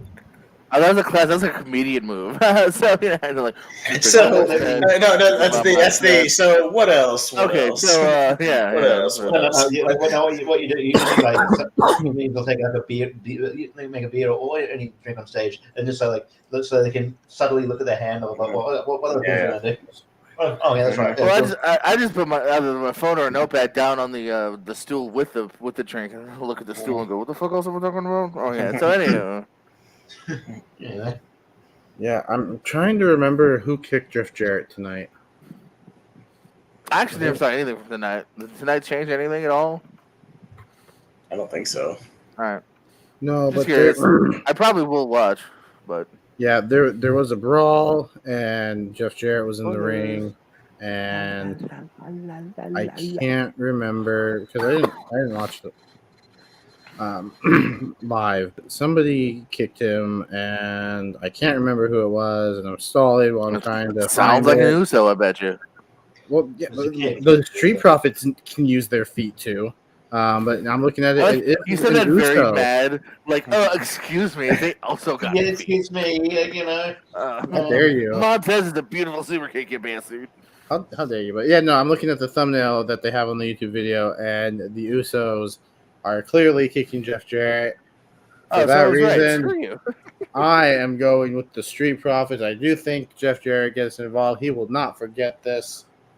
He's going to play a face on Saturday, turn around, play a heel on Sunday, and I think the Street Profits. And I think the Street Profits do deserve another run with the titles. I think I don't think the entire bloodline needs to hold titles anymore at this point. I think that for me personally, that's getting a little played out. Yeah, I think the Profits take this and go. Get one more run before they split them up, and the tag team division in WWE is down to 3 teams. They capitalize on a Jeff Jarrett guitar shot because great baby faces needing help to win. J-A-L-L-E-double-T. I mean, the Usos would do it. Why shouldn't the Profits do it too? Like, USO. That's all it is. Just 3 letters. We got 2 more matches. Another rematch that I am looking forward to because these two are fantastic in the ring together. Excuse me. And that is Bianca Belair defending the Raw Women's Championship against Becky Lynch. Jordan, who you got? Yes, for the 4th time, Bianca versus Becky. I was wrong last time, but I think I'm gonna be right this time. I'm gonna say Becky gets it. We got a new champ in the house, but I'm not confident. All right, Austin. Becky or Bianca? I'm also gonna say Becky for no particular reason. I don't know. I don't know. Becky. I don't know. Bianca had her big WrestleMania win. Becky gets it this time. I don't know, but no other reason. All right, Richie. Yeah, I do just quickly. I do hope that one of the changes happens with Triple H shows as well as as much as I like the Four Horsewomen, I like obviously one of them's not there anymore, but I like Becky, I like Charlotte, I like Bailey, and I hope I love when Bailey comes back. Hope she gets pushed, but I do hope they do focus on other women as well. I feel like they focus the division too much on them and not elevating other people to their level. But yeah, so hopefully that kind of changes a bit. But as much as I love them, though. But in regards to this match, I would say just because the story last year, SummerSlam, Bianca got pinned within a few seconds because Becky came back and sort of, I guess that's supposed to be a heel. I think she gets her revenge and actually wins this one, and that's just what I could tell. So and then maybe. Bianca moves on to I don't know, I know Alexa Bliss is the thing is just talking about being in that situation. So yeah, I'll say Bianca. Yeah, and I'm gonna go with Bianca as well, and kind of for the same reason. Becky kind of had that SummerSlam moment last year, and I think that's going to be in the back of Bianca's mind. She's going to make sure that doesn't happen again. I think Bianca's going to come prepared. I think they're going to have a match that was just as good as their WrestleMania match, and they're going to tear the house down. And other than the Usos and the Street Profits, this could be match of the night if they're given the time that they were given at WrestleMania. So I will go with Bianca, and we have one more rematch, and this one is not as high on my excitement scale as the other rematches, but we have Roman Reigns taking on Brock Lesnar, but this time in a last man standing match. And I did some research beforehand. This is Brock Lesnar's first ever last man standing match.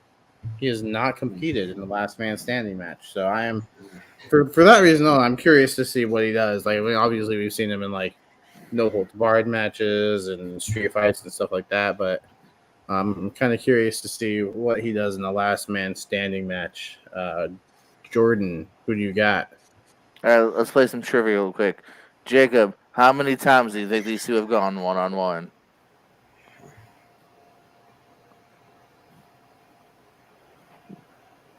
$12. Okay, Richie, don't overshoot it like that. How many times have these two gone one-on-one? I was going to go half that, 6. All right, Pez. I'll say 7. Oh, Richie's the closest. 5 times. This will be number 6. As far as just a straight up one-on-one match. One-on-one match. Well, I mean, they've had 4-ways and stuff. That's what I mean. It's probably 12 if you include all the excess triple threats, 4-ways. But so I mean, like you said, again, I don't probably the least of the 3 rematches of the main ones that I'm kind of looking forward to. I don't know. I'm just, as much as I enjoy Brock, I actually do enjoy this new phase as well. I'm just kind of over him always being in the main event, and I just kind of being like, all right, Brock, we got nothing else for you, but Brock again, SummerSlam. So match will be fine. I don't know. I'm not really that interested in him getting the title back, so I'm gonna go with my heart, even though Roman's not around that much either. So my heart's lesser now with Roman. We'll say Roman retains because I think Roman and Drew, and then later on Roman and Cody, and then later on Roman and Rock, I think are all more interesting matches than doing anything and giving it to Brock again for whatever reason. So Drew. I pretty much think Roman keeps it till WrestleMania, so I'll go Roman. I think it'll be one of those matches where there'll be a lot of broken announcers tables and stairs and kendo sticks and other whatever.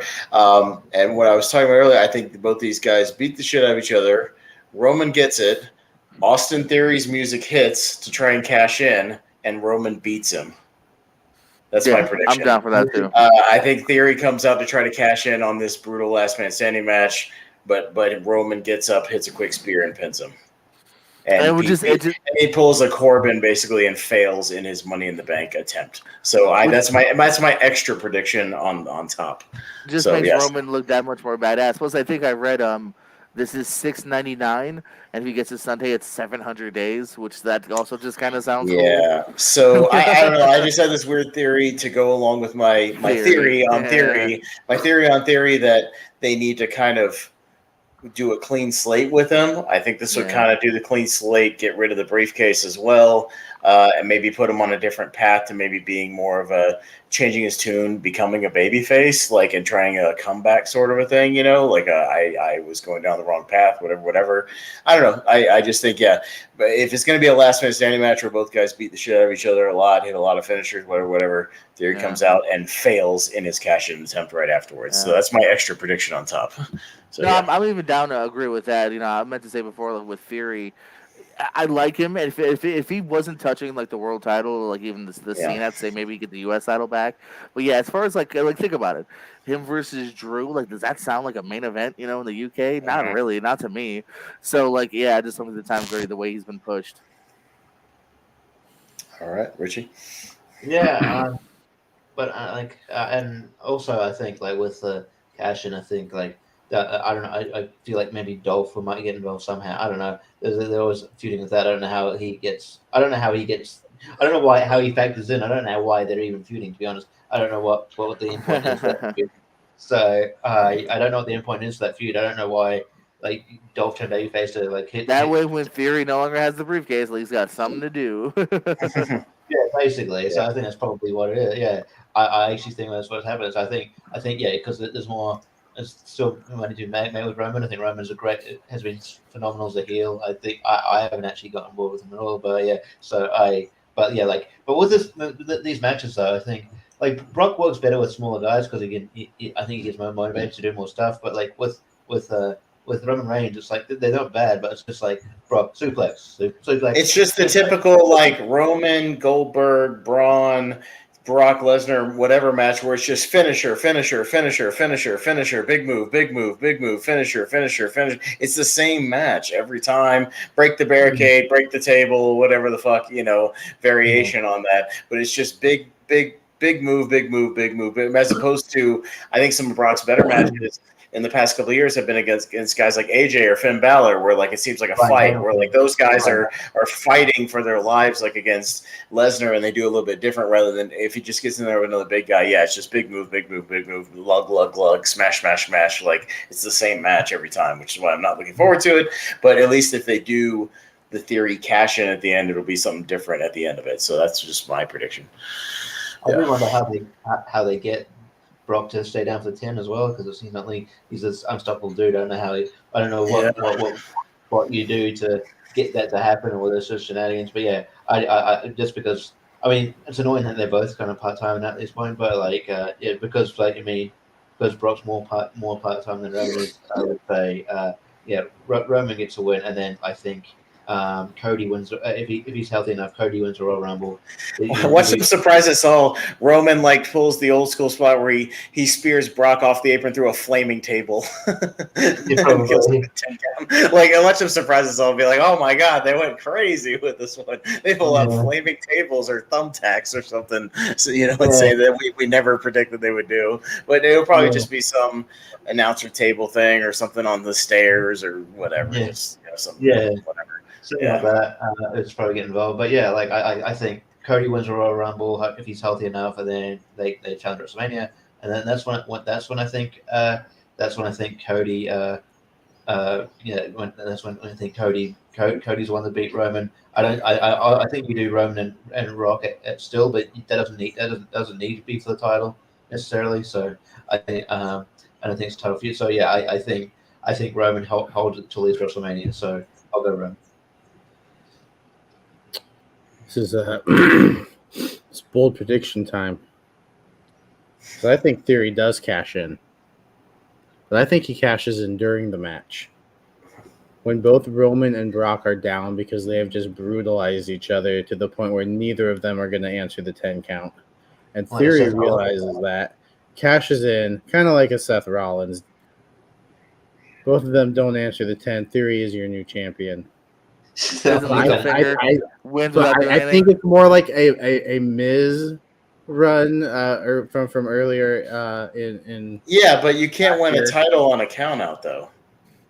Yuri can, last man standing. It's last man standing. So it's kind of like Seth Rollins did the match. I see what he's saying. I've heard people say that.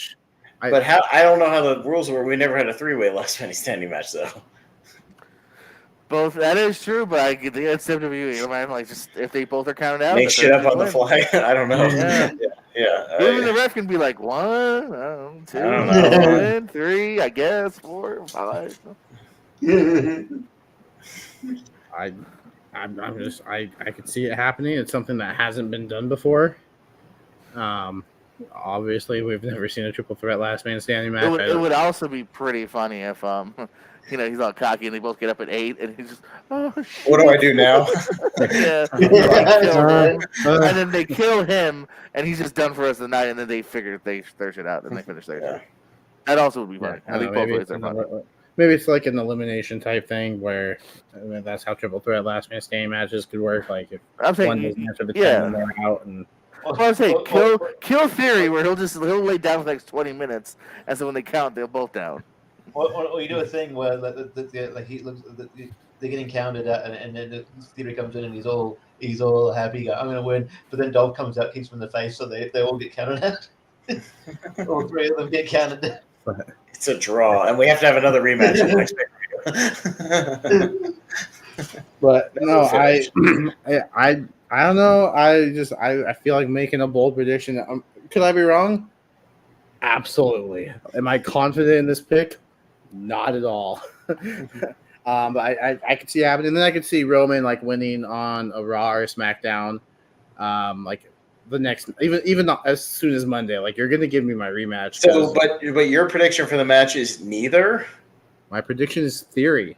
So but I still the difference is I'm still predicting Roman to win the match. I'm just predicting Theory to come out for a cash in and losing. That's my prediction. So you're predicting. So what if? So if just straight Roman wins and nothing happens? But I'm wrong. Then you're wrong. Okay, I just want to make that clear. So you didn't actually predict Roman or Brock for either one of this. Okay, you're just predicting he comes out flat out and makes it a 3-way somehow or whatever. Okay, all right. Man, if you predict the Theory, man, you should have predicted the Theory last time when he was in the match. Then you would have got it. Like the Monday. Yeah. No, I mean, I'm still predicting Roman to win the match, so that my prediction still counts if he wins and nothing happens. If Theory doesn't come out, then it doesn't matter. That was just an addendum, extra prediction. But whatever, in case we have a tie or something, and I predicted exactly what would happen, put that over the top. But that's just that's all I'm going for. But I still think Roman will actually win the actual last man standing match. So yeah. We'll see. How many? We can do a side prediction. How many F5s? How many spears? All right, go. I'd say also Germans. How many Superman punches? I think we get at least a dozen each.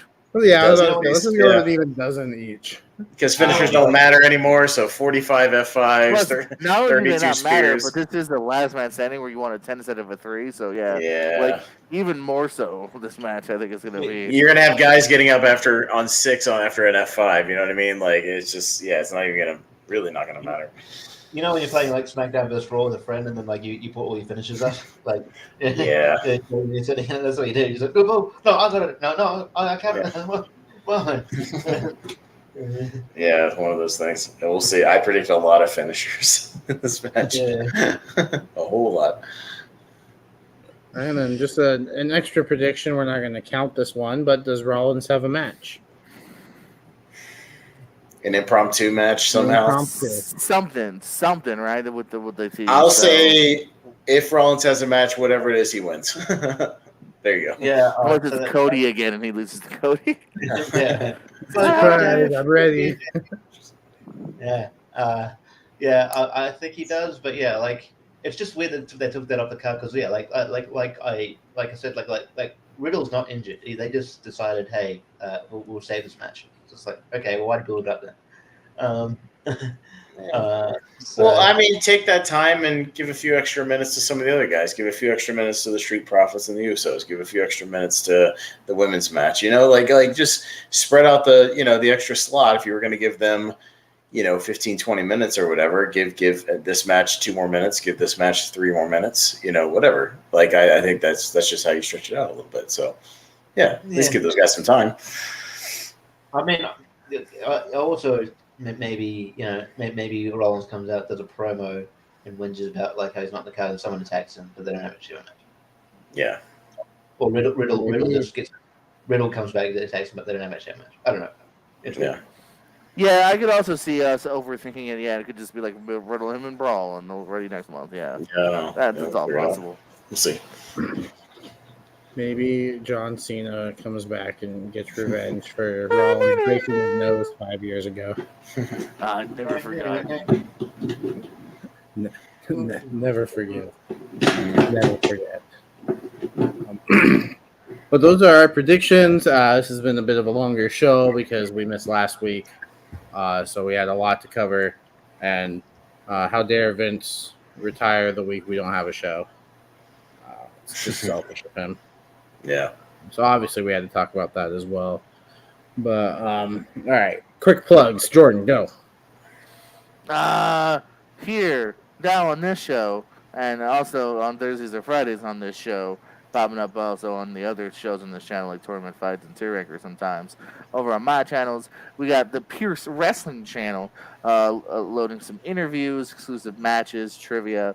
Over at the Pierce Code channel, movie trivia, top 10 list, movie reviews, and still doing stuff from afar with RBW. We just had our hour of 25-man rumble tonight here, and lots of fun stuff over there. That's what I was still helping to oversee that a little bit from afar, and also on the street corner, holla holla holla.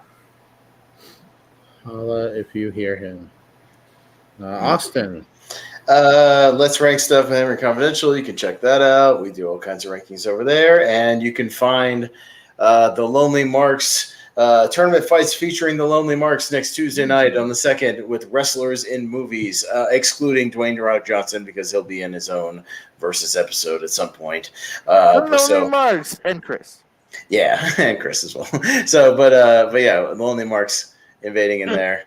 I don't know where Jordan went, but that's okay. But yeah, we'll all be on there Tuesday night talking about, wrestler performances in movies. Me and Richie kind of hammered out the list, and it should be a lot of fun. And maybe we'll actually try to hone our picks on like who has the better character or performance or whatever, wrestler movie kind of a thing. So it should be an interesting one, and we'll explain, round by round the wrestler in the movie, the role that they play, and who's did it better. So that should be fun to see who had the best wrestling performance in a movie of all time.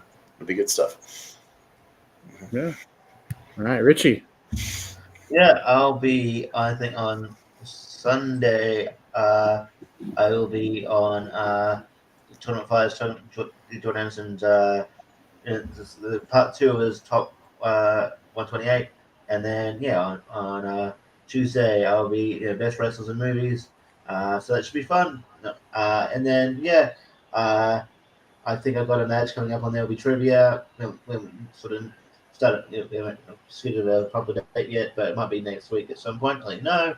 And then I'll be on here. Doing a Summerslam review with Ryan Klein, JPO, who left stream for whatever reason, and everyone else here. I'm Ram. Yeah, we'll see. We'll go over the card and see who won the predictions and what they want to do for their pick of a show. Yeah, because JPO's won a couple of times, picked a few things, and we'll see. Whoever wins gets to pick, a topic to do or a list to do or a retro show to do or whatever. That's your prize for winning the predictions. So we'll see. Yeah.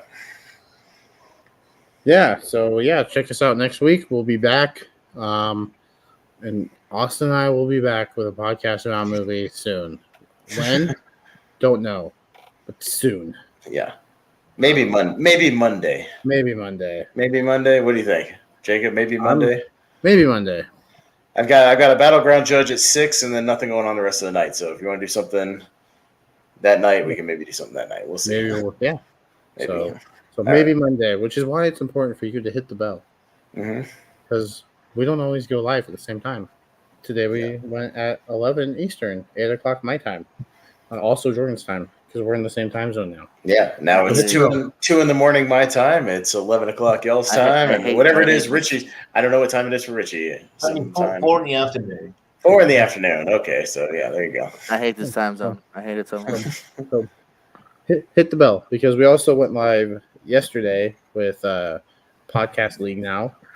Chris Scott was able to join us finally because his schedule's all over the place apparently. So that was a lot of fun, just kind of catching up a little bit and then talking about the top 12 movies that make us cry. That was on there. Was it on there? I don't know. You'll have to go watch the episode to find out. Yeah. But yeah, no, it was a lot of fun. Norbit for a different reason. Not those type of movies that make us cry and want to leave. I don't want to watch this anymore. No more. Turn it off. With Dream Girls in you did this. That's a different list. Yeah. When I look back and realize before the pandemic, the last movie I saw in the theater was Fantasy Island.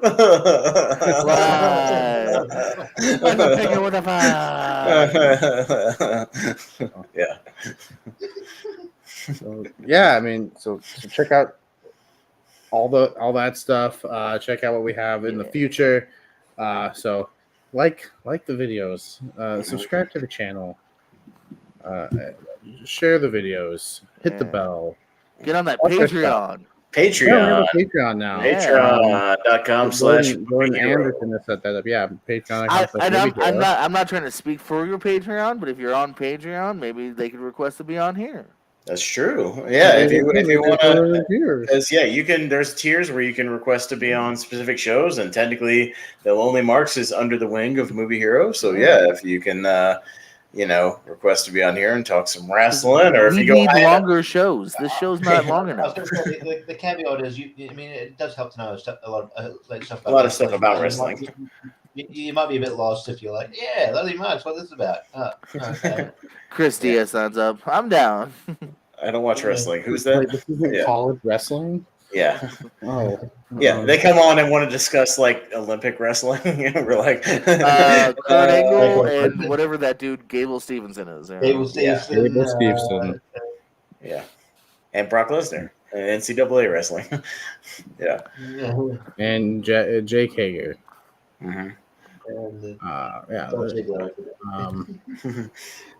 No, we're gonna get get taken down. Is anybody real quick? Is anybody gonna order? Is anybody gonna order and watch the Ric Flair last match show on Fight? Yeah, I probably will. I will watch it. It's $5 on Xfinity. Okay, how much is it on the Fight thing? I know there's like bundles. But how much is the actual just the one show? $35. Really? Yeah. Seems pricey. I don't know for an indie show. It's not Ring of Honor. I don't know. I get it, but $5 cheaper than Ring of Honor. But the only thing that actually makes me not want to is there's like 11 matches. That's too many goddamn matches for that show. And I think there's a pre-show like mine. Unless some of those are pre-show. It's like 14 matches. Jeez. You leave long shows alone, Pez. You leave them alone. Is Jonathan Gresham still working that show? He's in one of the matches. Is he?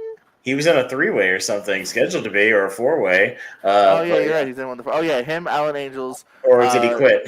Konosuke Takeshita and Nick Wayne.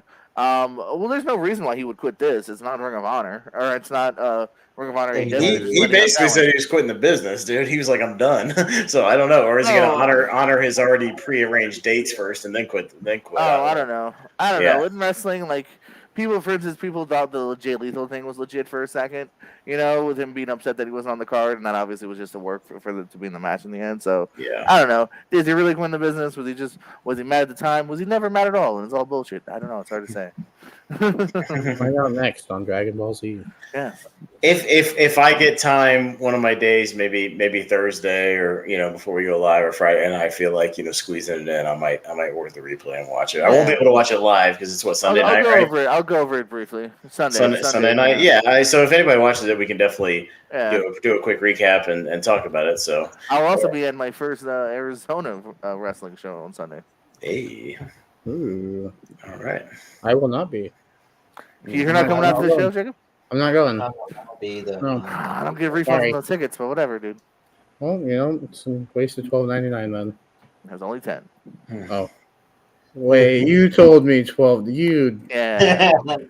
Suck it, got your $3. All right. Well, we'll go ahead and wrap it up there. Check out everything that they talked about. Join us next week. So Vince McMahon, guys, isn't it crazy? That, biggest story. Yeah, let's. What kind of implications is it? No. Yeah, go back and watch that. I can unmute. So that's Richie, that's Austin, that's Jordan, and I'm no doctor, but I'm pretty sure the oxygen doesn't go over the eyes. It's a joke that